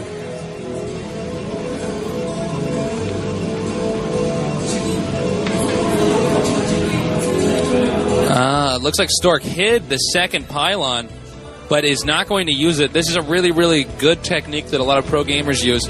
They hide the second pylon because if FlaSh scouts him and doesn't see the second pylon, FlaSh has been trained to assume that there's some type of hidden rush or hidden tech coming up. So that can throw him off. He may even let him scout him for that reason. Looks like the probe's going to get inside and take a peek at what his opponent's doing.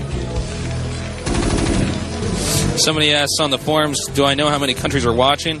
Do I have an approximate number of how many people are watching the stream live? I'm actually not allowed to say the number of people that are watching the stream live yet, because those numbers are not official. But I do know that there are at least, I believe, 138 different countries that had tuned in, which is pretty good. So, yeah, that's turned out to be a real success. Someone else says, shout out to Madrid. Mind Freak is doing I can't read this word, some walk for animal rights. Oh, you guys are doing a walk for animal rights. Okay, cool. And someone says, shout out to 4chan. All right. Okay, well, moving back on. It looks like we're going to see early Dragoon range, Gateway, and Robo Bay. This is a very typical build. And FlaSh is one of these players that does not generally do unorthodox builds. He's normally the guy that just deflects the unorthodox build and then makes a fool out of you. So it's interesting to see both these players going for very standard builds right now. Looks like that Dragoon will not be able to do any real marine harassment.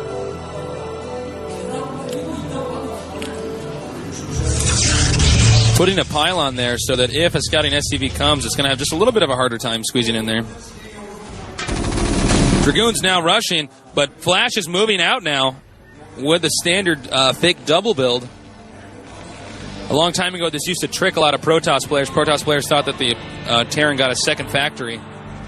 But in fact, the Terran uses it as a fast expansion maneuver, and he's going to do that in this case, only it's very easy to expand to that location for Terran. And it's actually going to be an early Reaver drop build.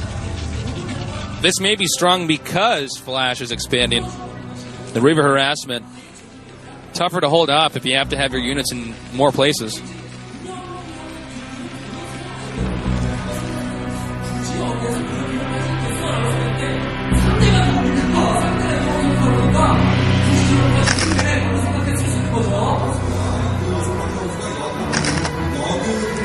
It looks like the Vulture Bike's going to plant a few mines, putting it in a position where it's very possible that Stork could just walk right over it and lose his Dragoons. 3 more mines put outside the front of FlaSh's base to stop any type of DT rush.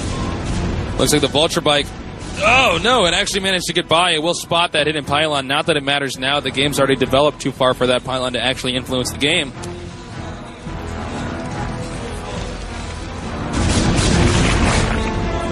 And the command center is almost done. The shuttle's now out. This could be an aggressive opening for Stork. He may use the Dragoons to complement the Reaver drop so that he can attack in different areas. Now remember, last time we saw Stork expand later than FlaSh, Stork lost pretty quickly.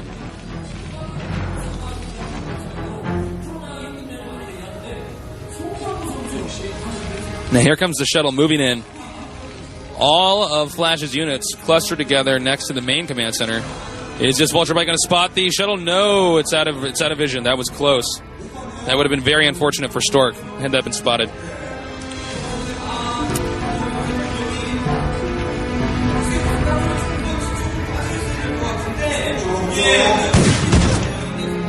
And it looks like, well, it did seem, whoa, he did overextend himself, step on that mine. Now, here comes it looks like the Reaver drop's going to happen pretty soon here. This is going to be a pivotal moment. And he's dropping it now. Does not look like any of FlaSh's units are actually there to help. Scarab only taking out 1 SCV, though. Surprisingly ineffective Reaver drop. Bad luck for Stork. Backs out. And was that enough damage? I'm not sure.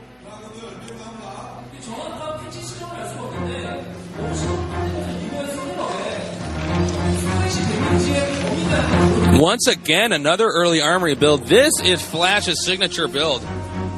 It's official now. He loves that early armory. Or at least he does on these maps. Now FlaSh must get ready for this possible very aggressive push to the front of his base, which Stork is going to do very soon here. Here he comes now, going to pick off a few mines. Stork is also walled off this side of the map. We're going to get, I believe, a shot of it in just a second. He's moving in now. I don't know if FlaSh actually has siege mode yet. He's going to need siege mode, though, if he wants to stop this attack.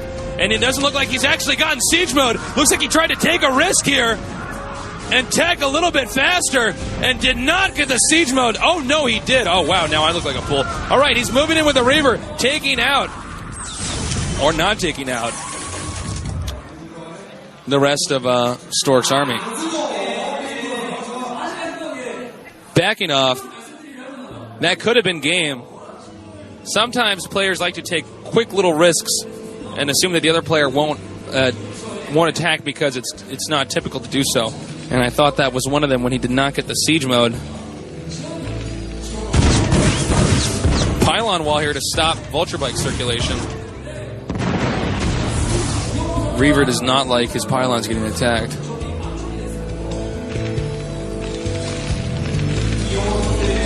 Soon we're going to see the science facility for the Terran so he can continue to upgrade at a rapid rate. Turned out to be a pretty heavy macro game for both players. I'm curious as to how effective Terran's push is going to be. A Forge now, probably to upgrade the Protoss units. He doesn't want to get too far behind. 3-3 Terran army against a non-upgraded Protoss army. It's pretty pitiful to watch.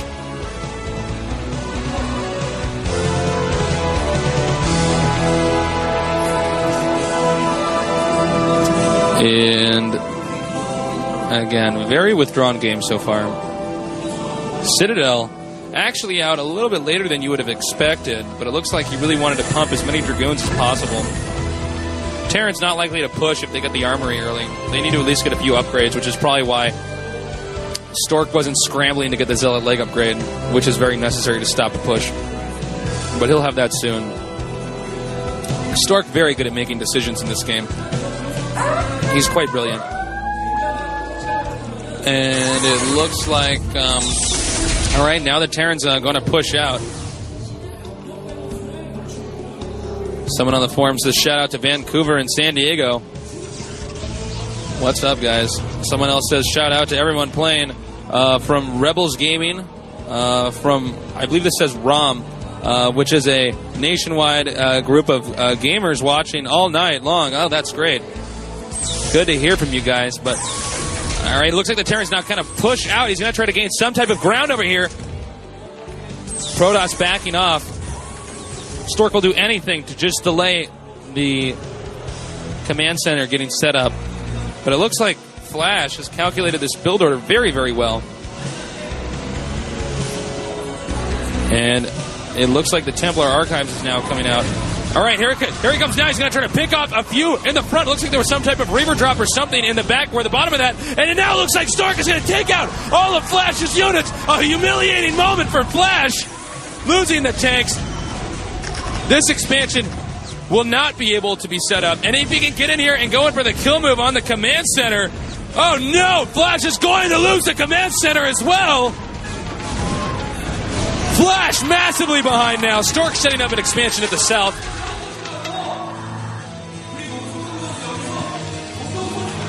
Stork probably very happy at this moment that he has gained such an advantage. Somebody else says shout out to all the Israelis watching. Another person says shout out to Real Feck. I hope I'm saying your name right. And the 33rd Infantry Brigade. Whoa, here comes some more Vulture Bikes taking out some probes. FlaSh wants to try to come back, but I don't think that's going to be enough. Although, whoa, he actually, okay, he's getting a reasonable amount of probes here. Wow, it looks like Stork has only 3 probes left at that expansion. No, 4, excuse me. One was hiding behind the tree just to make me look bad. Here's another Forge coming up. And it looks like, in fact, Stork's response to the early armory is to get a lot more gateways rather than tech towards arbiters or carriers directly. This may be the way to beat FlaSh. Somebody else says, shout out to GoSuGamers.net. I love all those guys at GoSuGamers.net. I've met so many of them. And somebody else says, shout out to UNC Chapel Hill, staying up all night into the early morning. And finally, somebody says, shout out to Raid Chan from, does this say the word, the ninja? Great, I got ninjas watching me now. Now I just need pirates, and my dreams will be complete. Oh, this probe barely sneaking by the Vulture Bikes. Probably will be able to set up. Okay, hold that thought. Here comes some more Vulture Bikes. Moving in now for some more probe kills. Stork has to maintain his advantage. He cannot afford to keep losing probes like this. And FlaSh is doing an excellent job of faking Stork out, making it look like he's done with the Vulture Bike harassment, then dashes back in there. Wow. But again, FlaSh still has not gotten another expansion out, and Stork is already expanding. Stork at a massive advantage right now. Looks like FlaSh is going to try to leapfrog a few tanks, and it looks like Stork is getting ready to do a possible attack on this. It's all going to come down to whether or not FlaSh can get this expansion up. Stork knows that he's going to move in now. No, he's not. I was just kidding. He's not going to move in yet. That is going to be tough for the Protoss to take out. Terran scans. Very difficult decision now. Does he move in? The Templar very vulnerable and is taken out. Scanning and laying some more mines.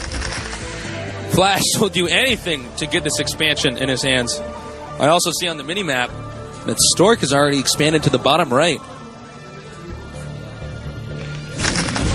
+2 attack, +1 armor. This seems to be the build that FlaSh is using over and over again. The 15-year-old genius has figured out an incredibly good build to use against Protoss players, even the best.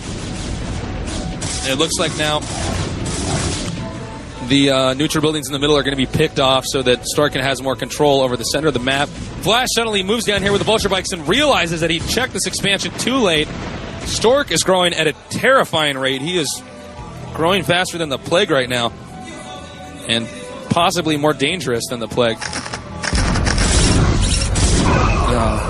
Sad zealot. Okay, here comes some more Vulture Bikes. They're going to try to pick off these cannons and then follow that up by trying to pick off the Nexus, I assume. However, this may be all in vain because meanwhile, Stork says, time to die expansion, moves in, and there are just way too many units for FlaSh to do anything about this. Storming the tanks, pushing it back. It doesn't matter how far Stork gets in there because the expansion command center will once again be assassinated. This is so bad for FlaSh. He is in such hot water right now.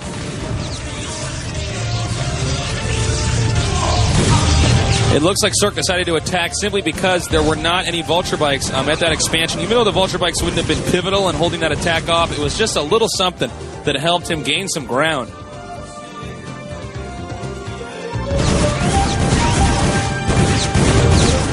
This is going to be so difficult for FlaSh now. And, yep, these Vulture Bikes are going to die too. In case you didn't see that one coming already. FlaSh trying to do anything he can possibly can to just buy some time to get this expansion over here, but this expansion is in such a vulnerable position, it will almost absolutely be destroyed once Stork finds it. And Stork's already found it because there's an observer there. And this is going to be very bad for our friend FlaSh. Oh man, Templars not doing a great job this game, I gotta say. This is a bad day for Templars.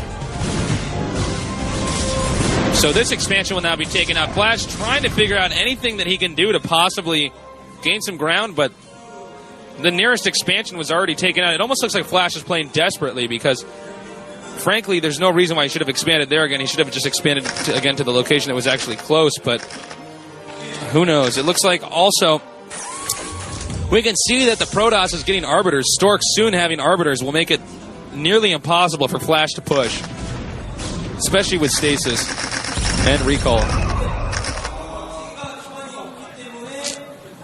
All Stork has to do is sit back and maintain the momentum that he's got And he should win. Another expansion's been set up for Terran. Finally, Terran may be able to actually get this expansion up. But Stork, looking on the mini-map, it is bleeding white to the north. And Stork's army will soon catch up.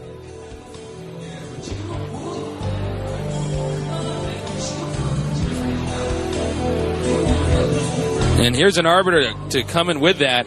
If FlaSh can EMP the Arbiter, it might not be as effective if he has stasis. But I don't think it even matters. Look at all of these units flooding into FlaSh's base. Arbiter has to back up a little bit. Looks like those science vessels are on hold position.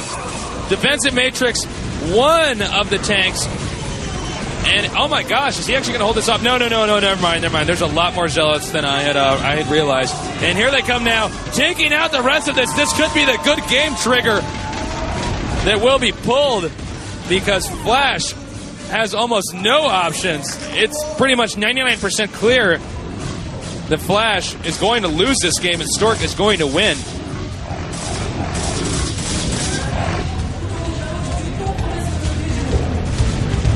Looks like FlaSh is desperately trying to do something with his units at the bottom.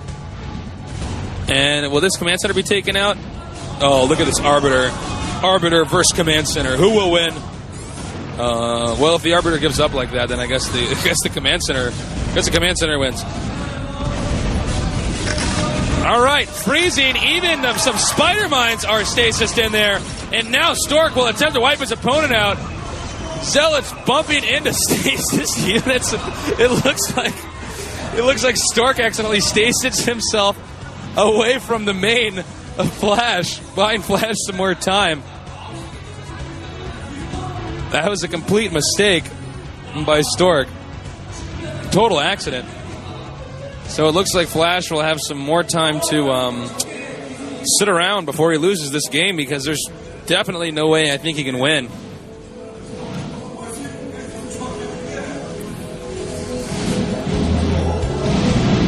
All right, 3 attack, 2 armor, and the same is true for Terran. So Stork has maintained the same ground that he had, or the same upgrade advantage. This might be one of the reasons why his army is doing so well. And look, I'm looking at the forum. Someone said Stork said in an interview at Fighter Forum that he would train until his hands broke before he stopped. Someone says shout out to FlaSh's parents for producing a genius. Yeah, no kidding. Way to go, FlaSh's mom and dad. I don't know. You guys got some good genes there. Somebody else says shout out to Something Awful Forums. Oh, yeah, I actually go to that site sometimes. I'm glad to know you guys have been watching that. Somebody else says shout outs to the Pirates from Richmond and British Columbia. Great, now I've got Pirates and Ninjas watching me. This is awesome. But hold that thought, because a storm drop's happening. What is FlaSh's only hope? Oh, if it is even a hope at all, with 5 SCVs trying to mine minerals. FlaSh has a snowball's chance in hell of accomplishing anything in this game right now. I'm actually surprised he hasn't given up. I mean, this has got to be wearing to try to be playing in this position. Oh my God, he has so many units. Stork, what is your problem, man? Take it easy. He is definitely maxed, and I bet if we get a shot of his base, he's probably making twice the amount of gateways. Oh wow. Yep, he is. So he's clearly maxed, so that even if let's say he loses his whole army in some type of freak accident, he can still reproduce it almost immediately. And Stork is expanding to the top left, too. Somebody says shout out to Vegas. Reckroll is down there right now at a poker tournament, I believe, with Elke. Reckroll, really nice guy. We've been playing a lot of StarCraft together. I think we're currently tied in our record, but I think he may be up in a game or two. Really good player, though. Really funny guy, too. Somebody else says, shout out to Castle Hill, Sydney. You want me to dance at the end of the interview? No, man, I mean, I would do that for you guys, but I don't think the Koreans would find it as funny as you do. All right.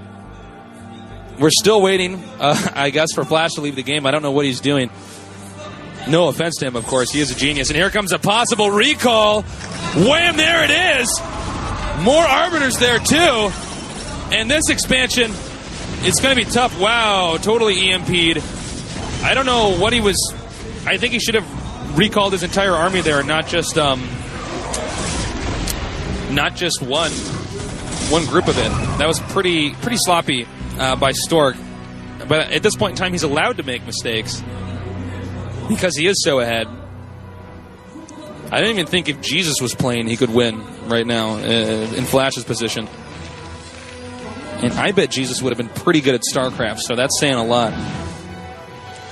Somebody else says, shout out to Hendrix College. Been watching since the start of the tourney last week. I'm glad to hear that. Well, here comes another attack. This is going to be impossible for FlaSh to salvage.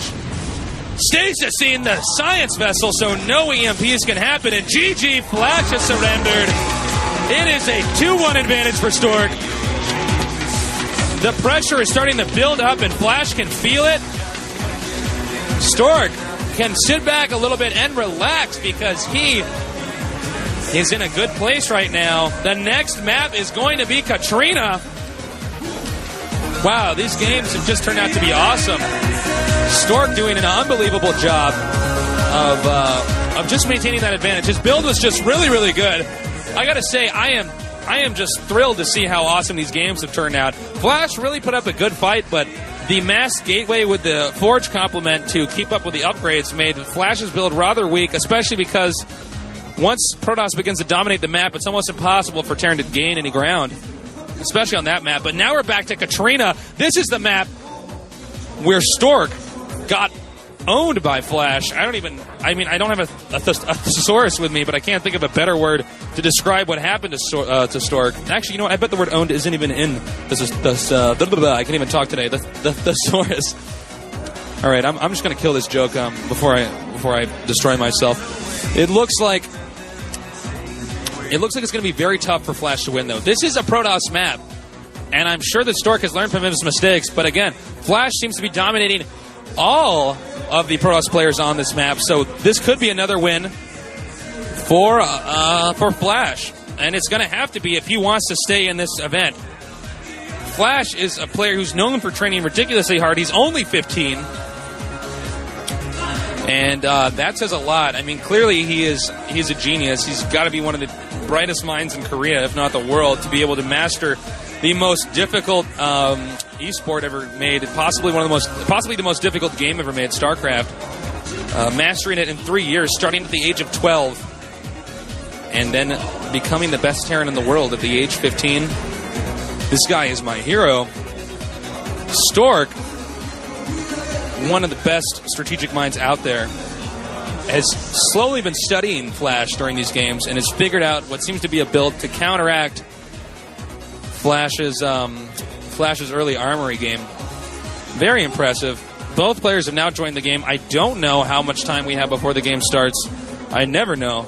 That's why I look like I'm a rambling idiot when I'm up here. But I'm pretty sure it'll be starting soon. There's a shot of FlaSh. He looks a bit more stressed than he was earlier. And here's a shot of Stork. I believe he's watching no, he's not actually watching the replay again because he's sitting in the game right now. But Stork probably feeling very good about what's been going on in the past 2 games. He looked very stressed when he lost that first game on the map that he was clearly supposed to win on. And we're still waiting for this game to start. We got the 3 Korean commentators up there. That's GOMTV on the far right. He's a really cool guy if you ever get the chance to meet him. A really, really nice guy. And the other 2 guys are nice too. Don't get me wrong. So it's gone on to Game 4. It could possibly end right there if Stork is taking out FlaSh.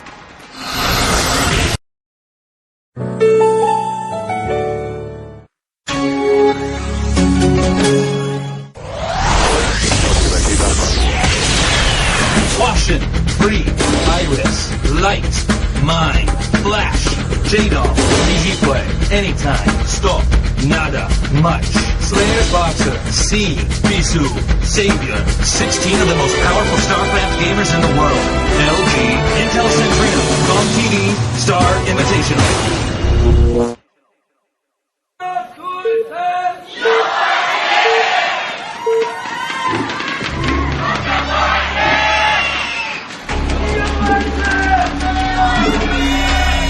The game has begun, and FlaSh is at the far right.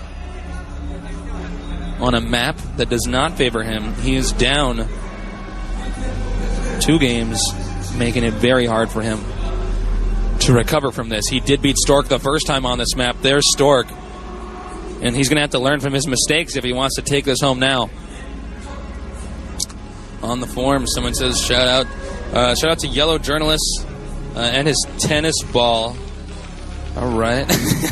Someone else says, shout out to Cry Clan. To Cry Clan. I wouldn't want to be on a clan with a bunch of people that cry. Somebody else says, Jesus would have built battle cruisers. Shout out to the cookies at Virginia Tech. Somebody else says, shout out to Mad Villain and SoCal. Shout out to In Midair, excuse me. And finally, somebody says, shout out to Lost the Game Clan. We love vulture bikes. I hate vulture bikes. They always kill my probes. So, going back to the game. Stork has not made a gateway. This could mean a fast nexus. In fact, it will mean a fast nexus if he doesn't get the gateway.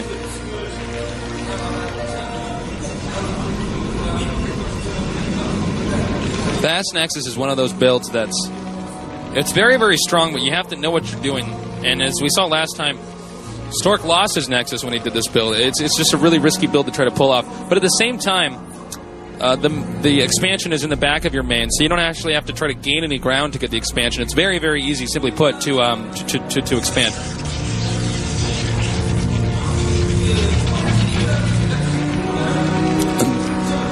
I actually believe that Terran got the Vespian Gas Geyser before the barracks. I could be mistaken. I just got a glance at it.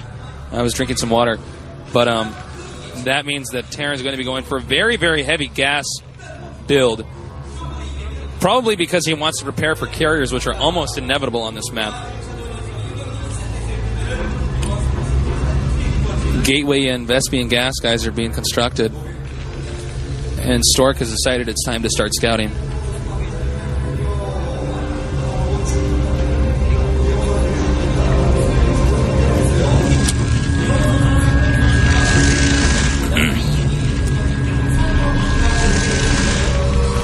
Note that on this map, you're very far away from your Vespian Gas Guys, which makes it a little bit trickier. You have to put 4 SCVs in there instead of the usual 3. Now, FlaSh has discovered that his opponent's fast nexus, and he could tell that just by going into the base and seeing that there is no Dragoon already. Even the number of probes that Stork opts to transfer have all been calculated in his mind. All these builds very carefully orchestrated, like you would memorize chess opening.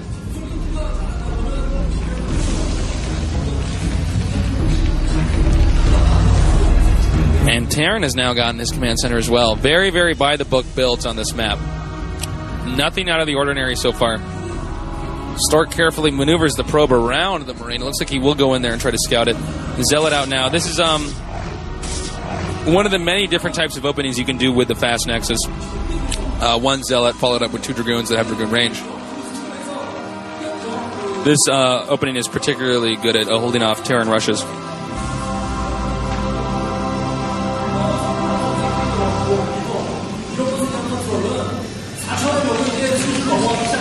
And here comes a probe harassing that SCV.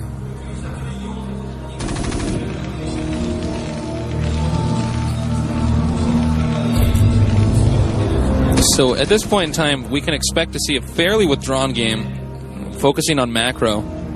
Although Stork may actually be doing some type of rush. I take it back because he is moving out now. Not to mention FlaSh has neglected making too many Marines.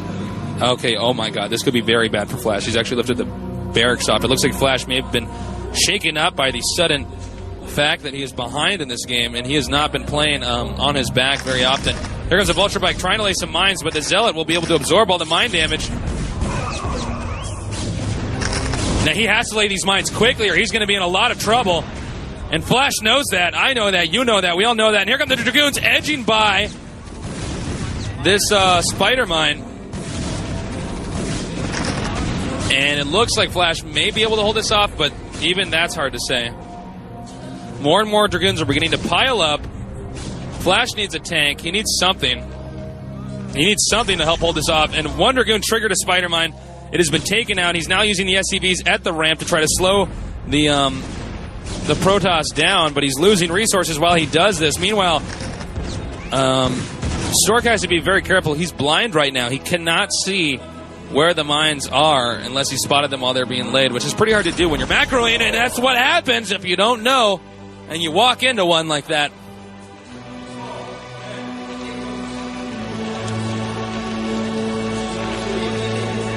FlaSh desperately trying to produce a unit, like a tank or something that he can use to hold off. Once again, the armory build opens up, but I think this is the only way that Terran can play on this map is with that fast armory. And it looks like he's got to be very careful. Excellent micro using the hold position, move back micro. Very hard to do. Very dangerous. Now he's got to be careful because he's getting closer and closer to the minefield. And here, Stork's attempt to be aggressive is failing. And it looks like he's going to be going for a Reaver drop, though, which Terran may not be prepared for. Terran may be attempting to get a tank right now just to try to hold this off. And Vulture Bikes will not be able to do the harassment that they love so much, that the Lost Game Clan loves so much. Someone else says, shout out to Energy Clan from Europe. Staying up all night to watch this. They want Stork to win. Someone else says, to the Shand residence. Maybe it's Sand residence. Shand residence. Cheers to you guys. Somebody else says, shout out to Jama's place. We're loving it all here. Somebody else says, shout out to the University of Idaho and tribalwar.com. Someone else, it seems like PvT has evolved multiple times in response to each other's, in response to players doing things like this in the tournament. The fast armory seems to be a response to the carriers, while Stork just used heavy ground to respond to that build. Yes, I think so. I think they're both players are playing off of each other, but FlaSh has to play this game right if he wants to win. Stork almost taking out that barracks. If he had lost that barracks, it would have delayed how many more factories he could have gotten, which would have been pivotal in a moment like this when Terran needs to push at the right time. He's got to be very careful with the shuttle as well. Stork cannot afford to lose the shuttle, or his carrier tech will be ruined, because the Reaver is not only there for harassment, but also to hold back the Terran push until you can get at least a handful of shuttles, not a handful of carriers. God, I talk like a noob sometimes. I hate it. Oh, man. FlaSh is already prepared for the shuttle to come over this way. Stork may not be able to get inside of his base at all.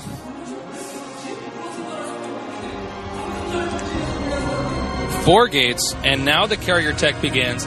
This is the same build that we saw Stork do in a previous Protoss versus Terran against, I forget who, but it was in this tournament, and it's probably one of the safer ways you can tech to carriers. Unlike when we saw Bisuk get, I believe it was one gateway and then tech directly to the carriers. Observers are out now, so the Terran minefields can be picked off a little bit more. Terran loses a little bit more map control in situations like this.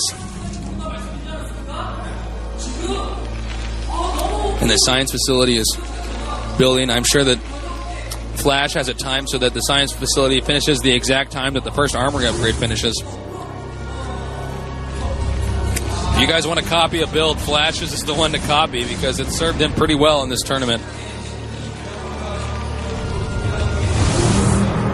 Oh, and he's trying to sneak a Reaver over here, but it looks like FlaSh pulls some SCVs away. Stork putting a heavy containment over here, now dashing in. I don't know if this is smart or stupid, but it looks like he seriously believes, whoa, losing the shuttle, now taking out a few SCVs. Bad news for FlaSh. That entire attack was there for the purpose of getting the Reaver to gain some ground and pick off a few SCVs, but now Stork has lost the shuttle and he has lost the Reaver, making him very susceptible to a possible push.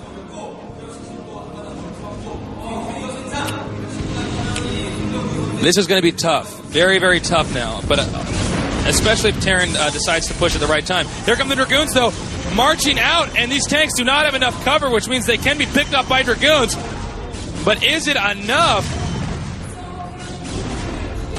And it looks like, wow, okay, Protoss does not have an army right now, to say the least, which means Terran may push within 1 to 2 minutes and attempt to squash Protoss before the Protoss can get enough carriers. No, he's going to push right now, sending a bunch of SCVs with it as well, just to back up the fact that he doesn't have too much support for the tanks. Oh, no, I'm a noob, man. He's just expanding. All right. And it looks like now the carriers are out, but he needs more than that. He will possibly attempt to harass this expansion.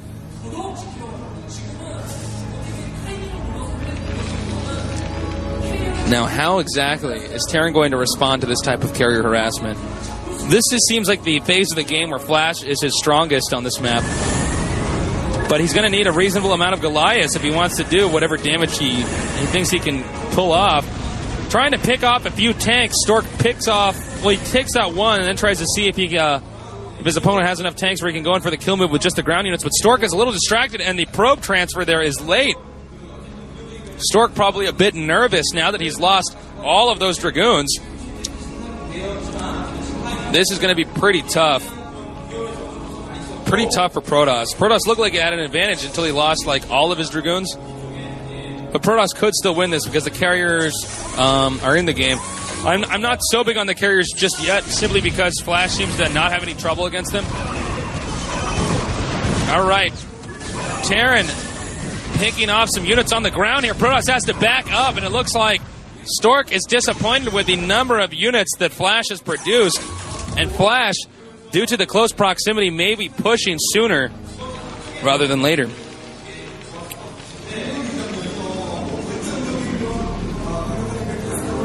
He's got another shuttle and possibly another Reaver inside.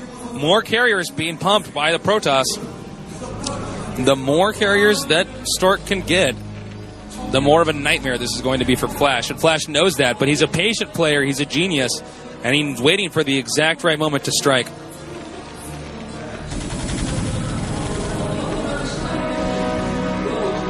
Here comes a shuttle for some possible harassment, but no, he's going right into the towers. Oh my God! That was sloppy. What? Okay. FlaSh has suddenly paused the game. I don't know. I actually think this is illegal to do in tournaments too, which, all right, I don't even know what's going on. There may have been a technical difficulty. Oh, hold on one second.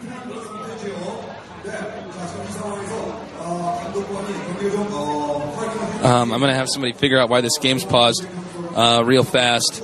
Don't know what's happening. Probably some type of technical difficulty. Sometimes I've seen in tournaments where the keyboard goes out or the mouse goes out. Talk about an awful position, though, right now for Stork. Suddenly losing that shuttle, and now the game's paused, and he has to sit there and think about it. Again, this is something that rarely ever happens in StarCraft tournaments, an in-game pause. And I'm curious as to what exactly happened.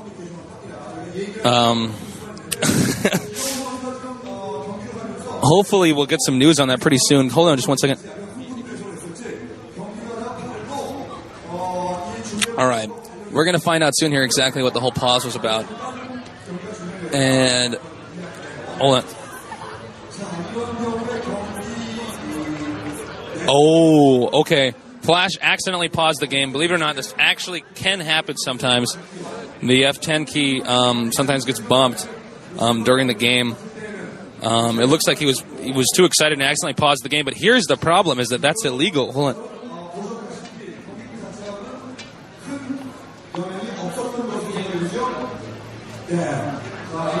Oh, okay. I'm getting. Okay, if pauses come at critical moments in the game, they occasionally force the players to rematch. Wow. The drama never ends at the GOMTV StarCraft Invitational. So that doesn't mean that we're necessarily going to see a rematch. I don't know I don't know what's going on, but it's a possibility. And I have no idea what's happening. The referee has gone into the booth and talked to FlaSh. and the ref is going to come inform us soon about what exactly is going to happen. They're now pulling the Samsung Con coach into the back room. Some of you may be surprised, but yes, it actually does happen. Occasionally people have accidentally paused the game. I once accidentally left a game. I mean, how does that happen? Just, you know, when you're in tournaments like this, and for those of you who don't really play StarCraft competitively, when you look at a pro gamer's left hand, it's moving so rapidly all across the keyboard that sometimes it's very easy to suddenly move over like an extra inch and hit a button that you didn't want to, or even a combination. Hold on.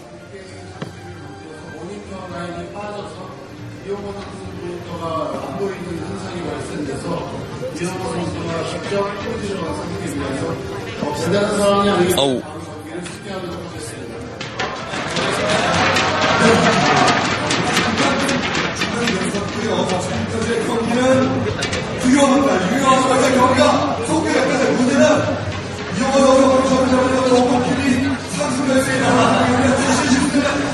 All right, I'm back. Apparently I was misinformed the first time. It was not an accidental pause. FlaSh, during the game, stepped on the back of the cord of the monitor and unplugged the monitor, thus resulting in him doing a quick pause. I guess in that moment, when the reaver drop came, I guess he jerked his body in a certain way, and the monitor cord popped out, and he had to pause. And because of that, that was the reason. And they do have somebody, I guess, I don't know if they have like a camera in the booth or they have somebody watching at a certain angle, but apparently that is what happened, so they can confirm that. And, all right, take it easy, Stork. Attack your enemies, not your own buildings. Okay, but, so yeah, that's what happened. So, talk about a tense moment here. Suddenly, FlaSh has a nervous twitch and pauses the game because his monitor's unplugged. Now has to go back. I hope he hasn't lost that momentum. I hope he's still in the zone because now Stork has 5 carriers.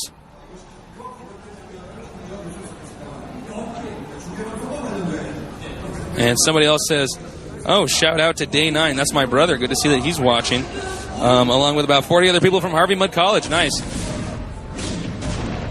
All right, here we see the Dragoons going to try to drive back some Goliaths. The big question we got to ask ourselves is, are FlaSh's upgrades good enough? It really honestly looks like Stork has a big advantage here because he's already taken that expansion in the bottom left. And Vulture Bikes are moving in. And I don't know how effective these are honestly going to be. Oh, those are not cannons. Those are pylons. So they actually will be quite effective. And it looks like he's going to go past that rather than attack the probes. Don't ask me why. Picking off a few Dragoons with those spider mines. Now picking off... Now attacking probes. And this is not good for Stork. He's at least behind a little bit. Now going to rush forward. Stork completely not using his carriers. Now going to try to attack a few more probes. And Stork did not want to lose these probes. I don't know how much this will impact the game because the number of carriers is getting larger and larger and larger by the minute. And now FlaSh has decided to push. It's push time, and he has a lot of Goliaths to attack one armor once again, the FlaSh build. But this is going to be a tough angle for Terran to attack from. And look at this, now attacking these carriers. Stork trying to pick off these tanks. Looks like he's going to go for the hold position micro to try to pick off the interceptors. And I'm not sure who's actually winning this battle right now. It's hard to say, but it does look like there are less and less interceptors and more Goliaths moving in now. And Stork is losing too many interceptors and is now going to have to pull back and rebuild. Meanwhile, this gives FlaSh an opportunity to push across the map. Clearly, the hold position micro is the way to do this. Now counterattacking the Terran expansion. And it looks like FlaSh will follow up by going ahead and taking out these Dragoons. Now Stork is going to have to retreat from this attack. But this has at least bought Stork some time to build some more interceptors. Uh-oh. This is not good for Stork. He's already lost the base of his ground army. And hold that thought for just 1 second.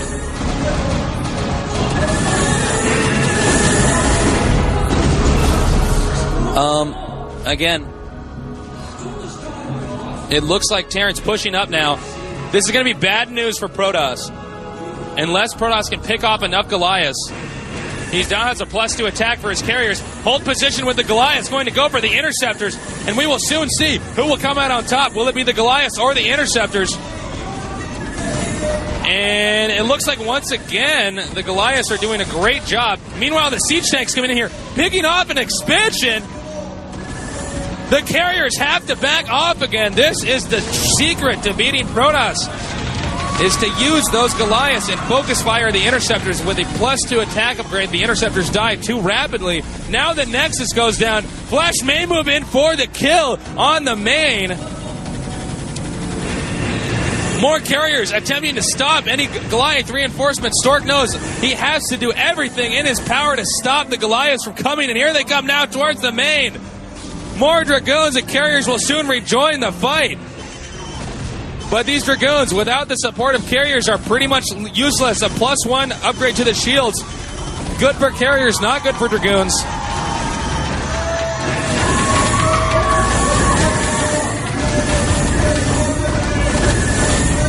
Now more Goliaths entering the battle. Siege tank sieging up in range of the Nexus. And he's trying to do anything in his power to stop this from moving on so many carriers, but no Interceptors to support them. This is something you rarely see on this map, Katrina, but it's something you always see when FlaSh is playing. Stork probably has a 20% chance of winning now. He's in awful shape. Now responding by going towards the expansion. He knows he can't engage that army directly, but if FlaSh can push up to where the Stargates are, it will be awful, awful, awful, awful for him. Another carrier's taken out, and another carrier's taken out. And the Nexus will now go down. The 2 cybernetics cores making it impossible to rebuild Dragoons or even upgrade the carriers further. Stork will be entirely dependent on carriers, which are being, well, they're having a tough time against these Goliaths.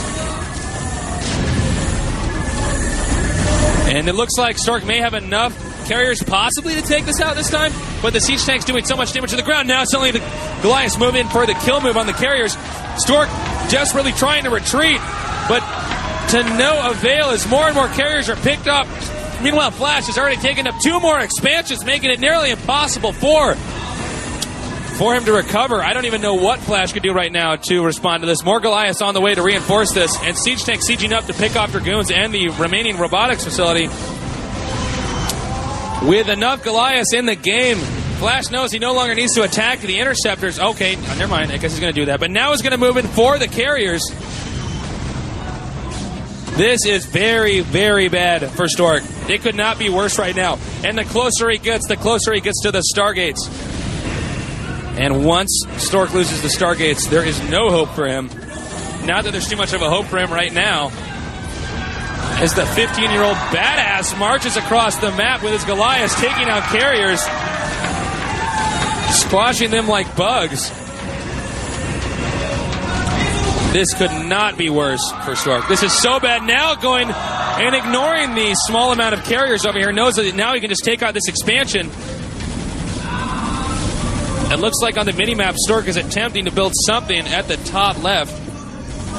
GG, Stork is surrounded. We're at 2-2 now. It's a tied game. And unbelievable. FlaSh looks very determined. Stork takes a gulp of water, unsure of how exactly to beat FlaSh in this next game. This is going to be very, very difficult. Wow. It's turned out to be an amazing game. Now, to everybody's shock, FlaSh keeps beating Protoss on Katrina, the map where Protoss almost always win. Using that hold position micro with the Goliaths to just eat up all the Interceptors. Many other Terran players making the mistake of rushing in there and actually directly attacking, directly attacking the carriers themselves. FlaSh has shown us exactly how to play on this game with that +2 attack upgrade. Stork, overall, it was pretty much a sloppy game from the beginning. He was losing Dragoons in that rush. Then he just threw his shuttle away. with no gain whatsoever. And finally, FlaSh, weathering the storm, comes out and walks all over Stork. Very impressive game. The final map is Blue Storm, a map we did see FlaSh defeat Stork on. Or no, excuse me, Stork beat FlaSh on. This is going to be very difficult for both players. And someone says, shout out to the Red vs. Blue website, Bloodmore, Echo, and Tonight. Glad you guys are watching. I hope you guys are as pumped as I am for the next game. Oh man, I bet FlaSh is so relieved to have won that game on a map that is so difficult for Terrans in general. Someone says, so far we have... Oh, excuse me. All right, I am allowed to give out the numbers. So far we've had 500,000 unique IPs logged in and watching. So let me just put it like this. I'm happy to tell you guys that we have gone above and beyond our initial expectations for how many people are going to tune in and watch this. That's pretty badass. So it really proves that everybody loves StarCraft, not just Koreans. It's just the Koreans that are actually good at it. Everybody else is a noob. But that's okay. FlaSh has joined the game, and we're still waiting on Stork, who is probably rewatching the replay in frustration. Many pro gamers are required to rewatch every single game that they lose so that they don't assume that they lost for a reason that they in fact did not. That was an amazing game. Even FlaSh accidentally unplugging his monitor as he moved his feet underneath the table, kicking the cord out. And wow, it's funny because a lot of times you can get disqualified for something like that. But, for pausing the game. But in a moment like that, they have to let you keep playing because it was a complete accident. Whoa. It looked like FlaSh was so bored with that last game he was actually about to fall asleep. Stork knows that the pressure is really on him right now to win this game. And it looks like this last game is going to be all that it boils down to. This is going to be one hell of a game, guys. Is FlaSh going to prove that he is the winner of the GOMTV StarCraft Invitational with the 16 best StarCraft players of all time? The newest and the youngest player here turns out to possibly be the best. That would be an amazing story. FlaSh is only 15 years old, a freshman in high school, although I believe he's homeschooled because, or at least he has some type of teacher that teaches him from the pro team house because I know most of the pro gamers that play are not in school at all, because they've pretty much devoted their lives to StarCraft. But clearly he's smart as ever because he is able to pull off these unbelievable wins against the best players of all time, taking out, FlaSh is taking out players like Savior, Jaedong, Anytime. Players that have been around for a long time, players that were expected to win the tournament, players that, in all honesty, have just simply played for much longer than he has and have much more experience playing in front of people. So FlaSh is really someone you have to be in awe of right now. This is rather unusual that you'd even see something like this. A lot of pro gamers used to say that it was pretty much impossible for anybody to become a pro gamer until they were at least the age 17 because they didn't believe that the brain had developed enough cognitively to pull off all the procedures which are required and to do all the multitasking. So that's pretty cool to see that there is somebody that can be this good at so young and possibly even be the best. We'll find out soon enough. We're still waiting for this game to start on Blue Storm. Now Stork has joined the game, so we may be beginning soon enough.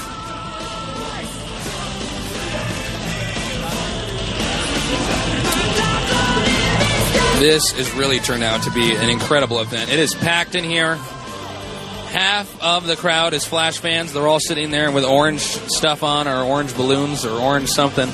The other half of the crowd is Stork fans, mostly using white, the Samsung Con team color. It's just been incredible. And I guess you win that GOMTV Star Invitational goblet. Go home and drink a beer out of that bad boy. You'll feel pretty good about yourself. Although you can't do that yet, FlaSh. You're not old enough. Actually, I wonder if FlaSh... Isn't like the ESR rating on StarCraft like 16? Is FlaSh even allowed to be playing this game right now? I probably shouldn't be saying that, but I mean, seriously, you have to wonder. Maybe he had to have his parents buy him the game. I don't know. Oh, the game's starting. Knock 'em down.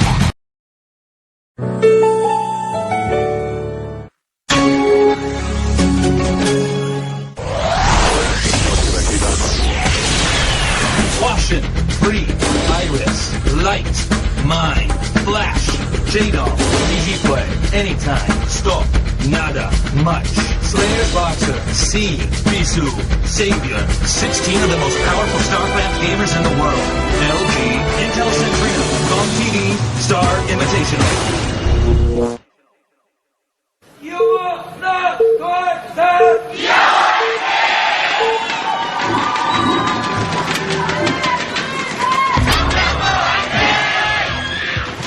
We're back.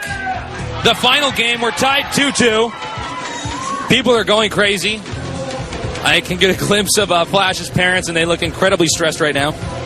But FlaSh doesn't. He looks pretty focused. Stork is at the top right. FlaSh is at the bottom left. We've reversed starting locations from the previous time these players have played. Stork dominating FlaSh on this map last time. But Stork probably a little bit mentally broken now that it's come down to this. It's boiled down to this last moment. Regardless of who wins, it'll be a 3-2 game. Best of 5 series. Some people on SC2GG.com want to shout out. I love that site. Somebody says shout out to Stuart Johnson, and I believe it says FT Crew, and the 100-man land at the 100-man land in Santa Barbara. I hope you guys are enjoying yourselves. I hope you guys are playing some manly games like StarCraft too. Somebody else says shout out to Sal Clan. Been watching StarCraft for 20 hours straight. Somebody else says shout out to WDP. We're real noobs, but we're loving it. And somebody else says shout out to Shoryuken Forums. We've been staying up all night. Oh, I actually play a lot of Marvel vs. Capcom too. Cable, Sentinel, Capcom, of course, and I also do a lot of Soul Calibur and 1 and 2 too. So I'm actually a member of your forums. All right, back to the game. Very standard opening so far for both players. FlaSh putting that depot at the bottom, forcing the SCV pathfinding to find the minerals a little bit quicker. One of the many small secrets in StarCraft that can help you get ahead. Barracks located next to the command center so that he can micro around Zealots if Stork does a proxy gate. Surprisingly, Stork has not actually proxy gated this entire game, or this entire series, I should say. Something that he did twice against Berserker, although I think he's decided that FlaSh's micro is better than Berserker's micro. Cybernetics core now going up. Again, very by-the-book build for both players. And it looks like FlaSh once again gets the factory before the first Marine. FlaSh always feels very comfortable doing this. Even though Stork is notorious for doing proxy gate zealot rushes on this map.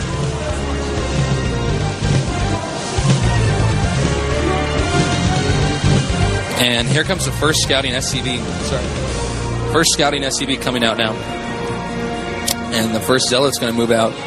Try to apply some pressure, maybe force his opponent to make a few extra Marines, a few more than he'd actually want. SCV grazes by the Zealot, and we'll get a shot that Protoss is getting the early Dragoon range. A very typical build for Protoss right now. Note that he did take the SCVs off of the refinery, so that usually means that he's going to do an FE build.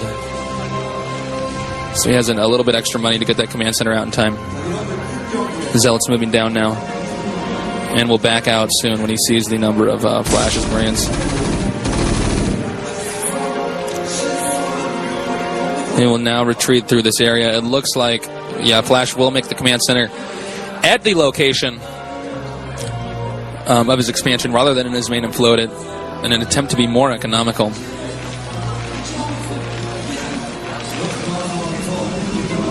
Taking a look at what Stork is doing. Stork is actually just going to go straight up and get the Nexus early on. This is a reasonably common build on this map. Getting the Gateway, the Dragoon range, and then the Nexus. Especially because Terran's most likely going to fast Expo.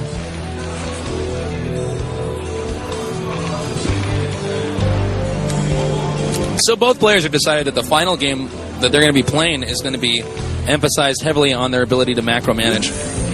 Dragoon taking a peek and decides he doesn't want a piece of that and backs out. Now, notice that FlaSh is hitting an SCV so that he can scout later on and see exactly what his opponent's doing. He's going to see that Stork... Oh! Stork actually blocked this area off already, but the SCV is stronger than the... In an all-out brawl with an SCV versus a probe, SCV comes out on top, having more hit points. And this means that, the Dragoon did not put his contacts in and walked right by the SCV. So now, FlaSh will know exactly what Stork is doing, putting FlaSh in a bit of a favoring position.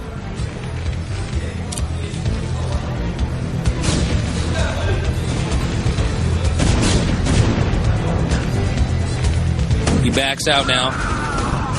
Moving into attack these Marines and a few tanks. And this may actually do more damage than we would have... I guess he backed out. He could have possibly gone in for some type of a 2-tank kill there, which would have been really good. But FlaSh pulled his SCVs off just in time to help assist with that.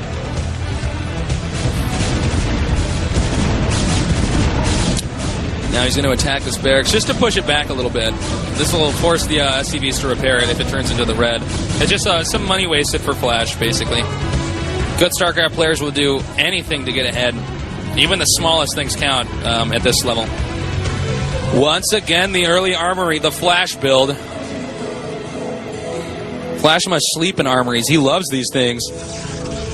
Always getting that early armory for the upgrades. I think this build is very strong on maps where carriers are viable.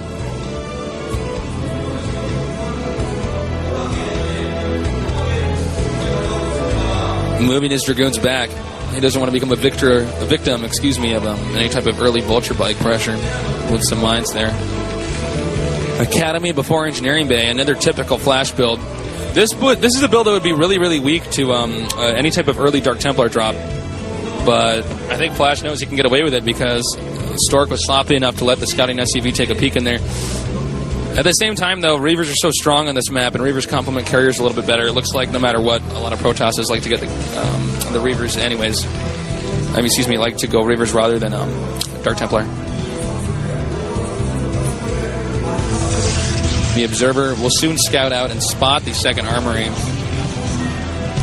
And Stork will probably be like, oh boy, here we go again. 2 more factories for the Terran. Standard factory timing. So far, the game's been pretty by the book. Note the pylon wall and the right center to stop vulture bike circulation.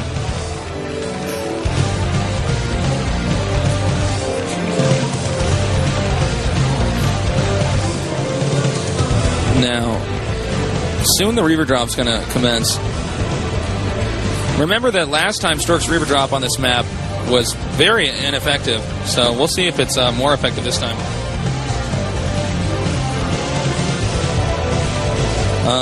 Someone says there's about 20 of them watching. Did they measure you for that suit? No, they did not, actually. That's why the sleeves were so long. I looked like I was, wearing a little boy's clothing. But hey, the suit looked kind of good, though. Anyways, I liked it. It was better color than purple. Somebody else is off topic, but all 30 of us are staying up past 6 a.m. just to watch this.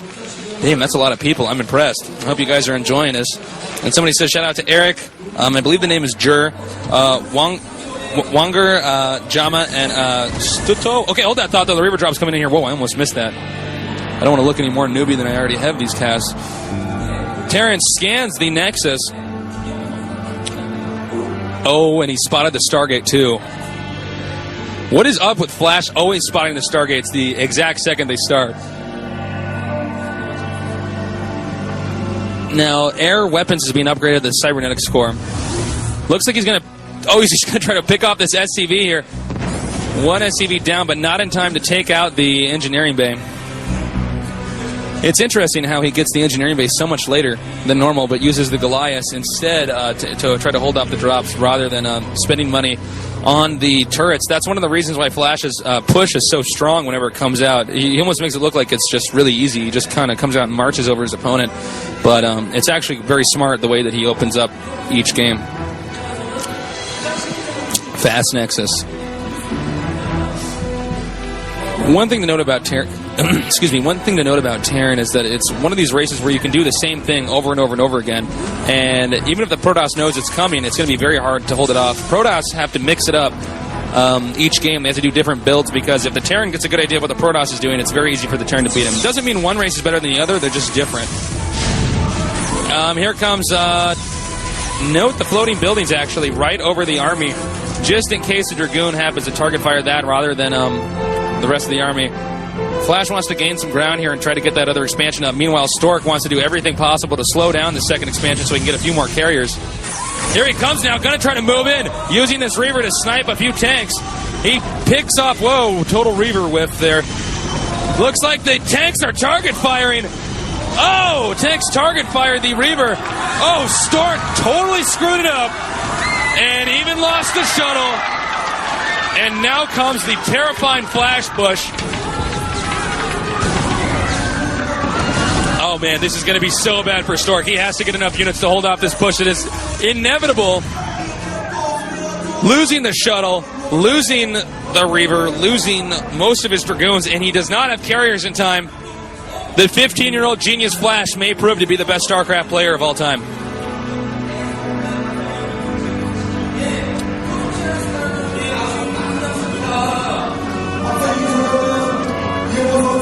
Oh my god. Oh my god, this could be so bad for Stork if FlaSh decides to push. And FlaSh is waiting for the exact moment. He knows that he can't push too soon or too late. And instead of pushing, actually throws up another command center, trying to play very safe rather than overly aggressive. Remembering that last time Stork totally noobed it up and threw away a whole bunch of his units. And then FlaSh tried to counter-push. It failed, so this time FlaSh's response is instead to expand again and gain an economic advantage rather than a offensive advantage. +1 attack for the Terran. Stork going to try to expand again anyways, it looks like, just because so he's probably surprised that FlaSh hasn't pushed. Double armories now. Again, the standard FlaSh build. Early armories. Late engineering bay. Another shuttle in the game and another Reaver. It looks like he's decided to get that other Reaver just in case, for some reason, FlaSh decided to expand again, and he has. Reaver very good for maintaining map control against the Terran. If you don't have a Reaver, it's so easy for the Terran to expand in locations that you can't quite get to. A Reaver gives you that stability.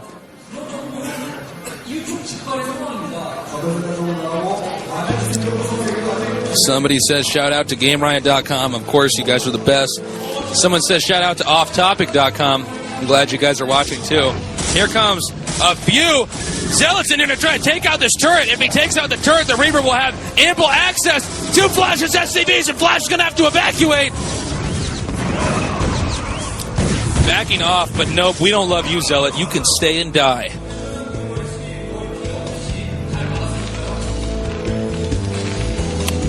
So that SCV harassment wasn't a complete success.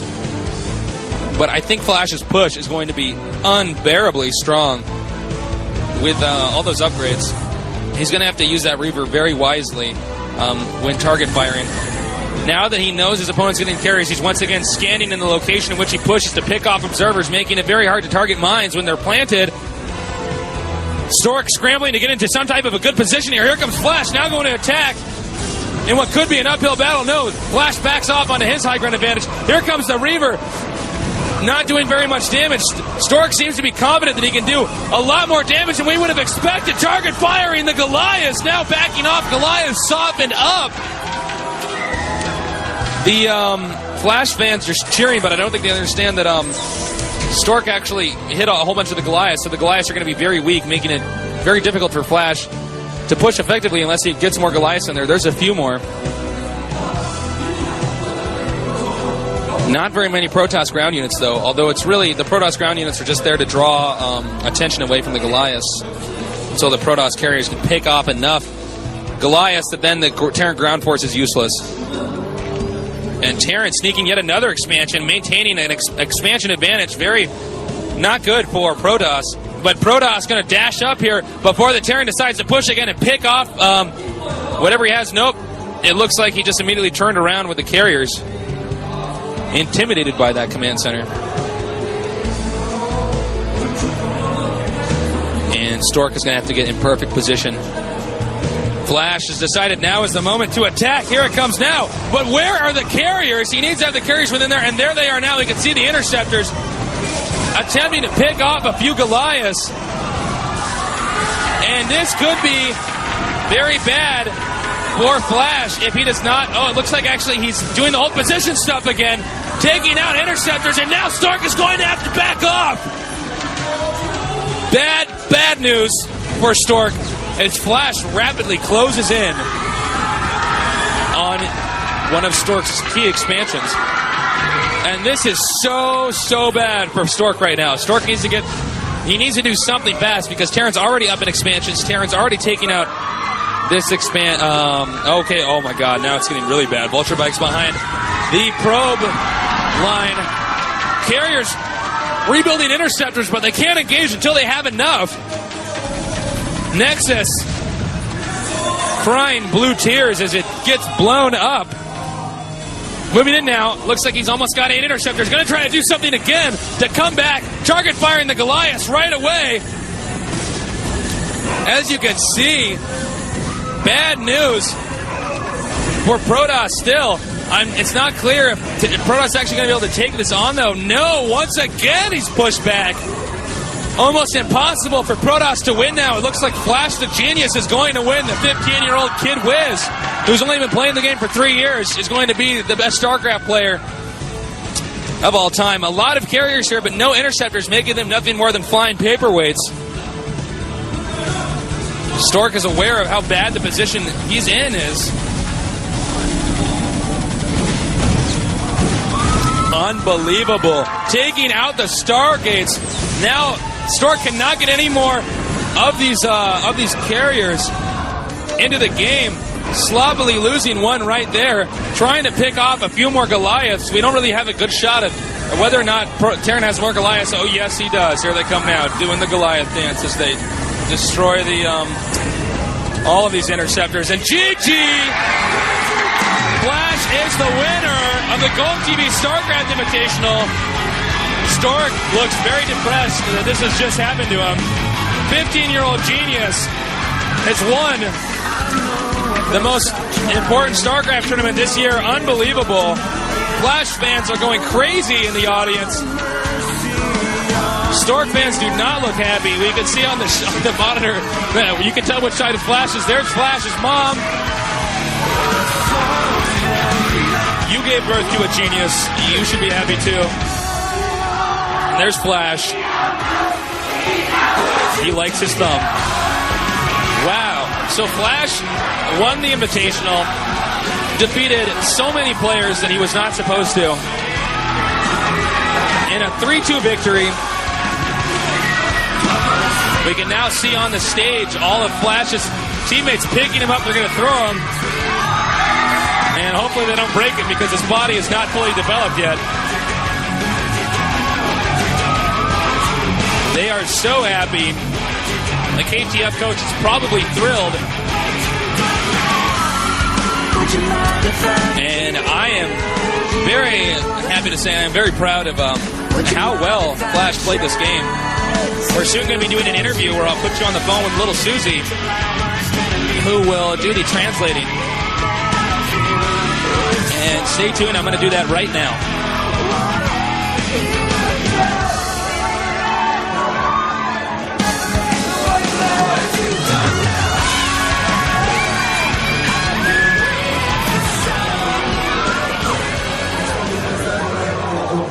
We want to thank Intel for giving us this opportunity to give you a live game today.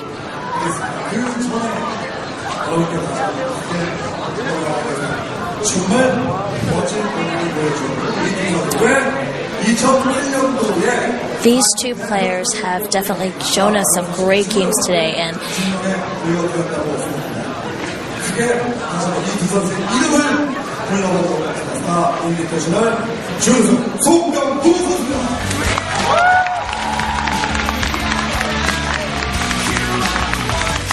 he's explaining how these two players are just great players, to represent Korea in their StarCraft.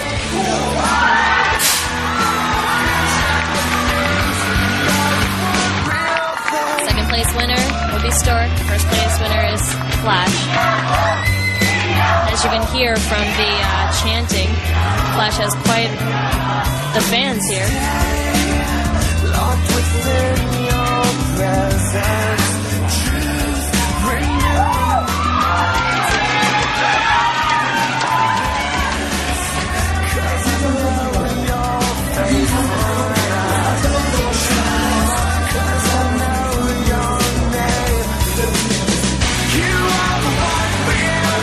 When you went into your fourth game, you must have been pretty nervous. But what kind of things were you thinking?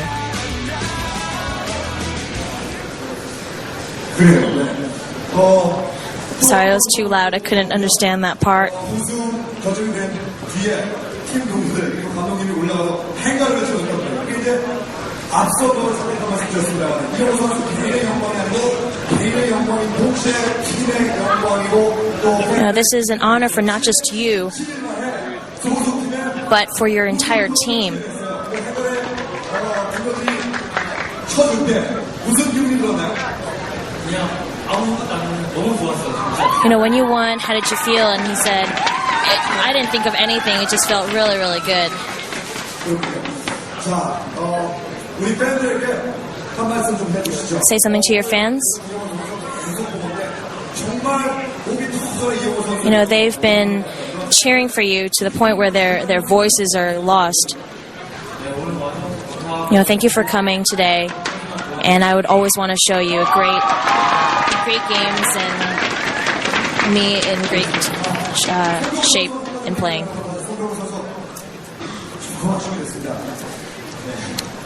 It's a pity that you lost, and you obviously agreed.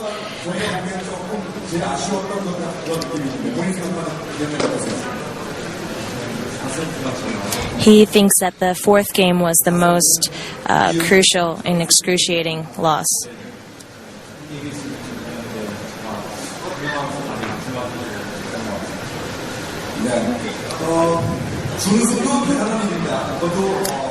Being second place is still a great honor. And within the entire nation, this tournament was a collection of all the strongest players, and you still made second place. And I know, but right now, I'm sure instead of feeling happy about it, you're kind of sad. But with this, the life of a pro gamer is that you just prepare and you keep going with it. He responds with, I know I tried my best, but I didn't show my best game, and I will try harder next time.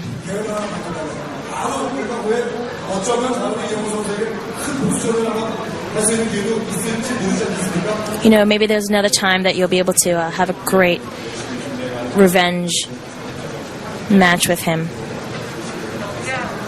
He says the next time I play against him, I will win and be able to show him and be able to win that game.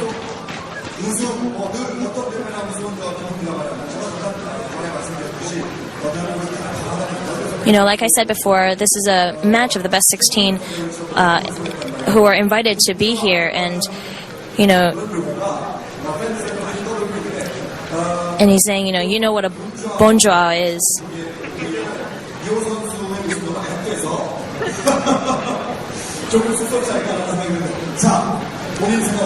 What do you think when people keep giving you that title of bonjour? He said, well, I will work as hard as I can to be able to fulfill that and become that bonjour.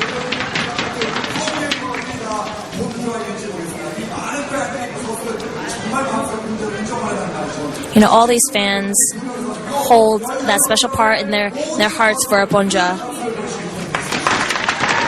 Who that'll be, we don't know, but he wants everyone to cheer for them now.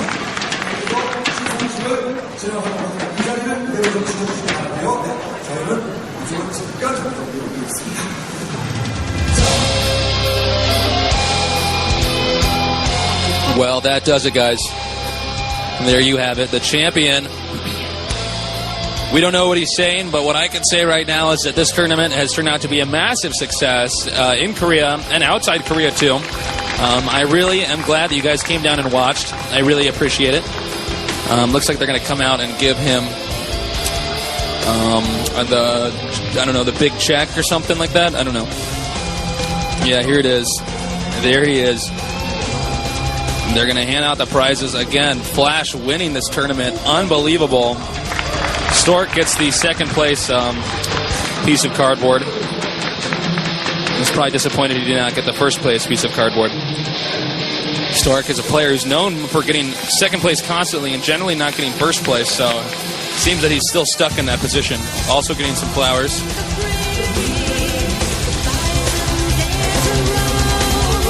And now FlaSh is going to be presented with the big baller piece of cardboard. At the age of 15, proving that right now he is the best StarCraft player in the world. They present it to him, and his fans are going crazy. Unbelievable. And there you have it. That is the champion. He's beaten players like Savior, Jaedong, Anytime, Stork. Seems that there's nobody he cannot beat. Hardly losing any games in the entire tournament until he got to the godlike Protoss Stork. He gets a little bit more flowers. And, of course, the GOMTV, official GOMTV StarCraft goblet. And hopefully he can carry all that. And, yeah, I just can't, I'm so sorry to say, I'm sorry I'm not talking fast, I'm just in shock that this guy managed to do that he won. Unbelievable. I have the utmost respect for him. Clearly, he is one of the smartest people out there to be able to master a game in 3 years, starting at the age of 12 and continuing at the age of 15. Thank you all so much for watching. I believe we're going to be winding this up here pretty soon. Or at least I think so.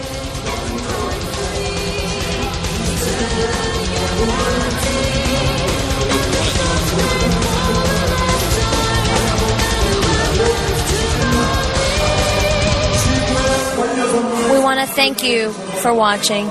We want to thank all 16 players who came and participated in this event. And they're the ones who helped create this. And they created and they helped make esports as a whole. And I thank all the fans who make esports possible.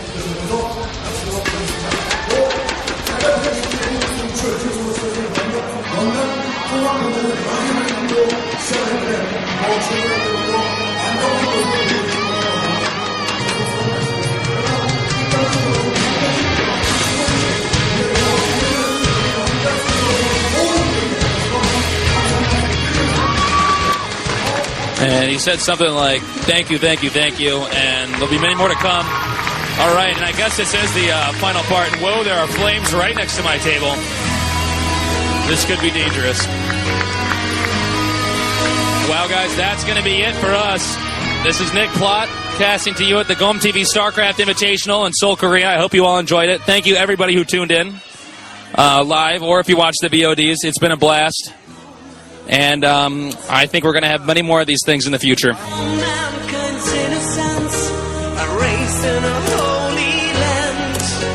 Alone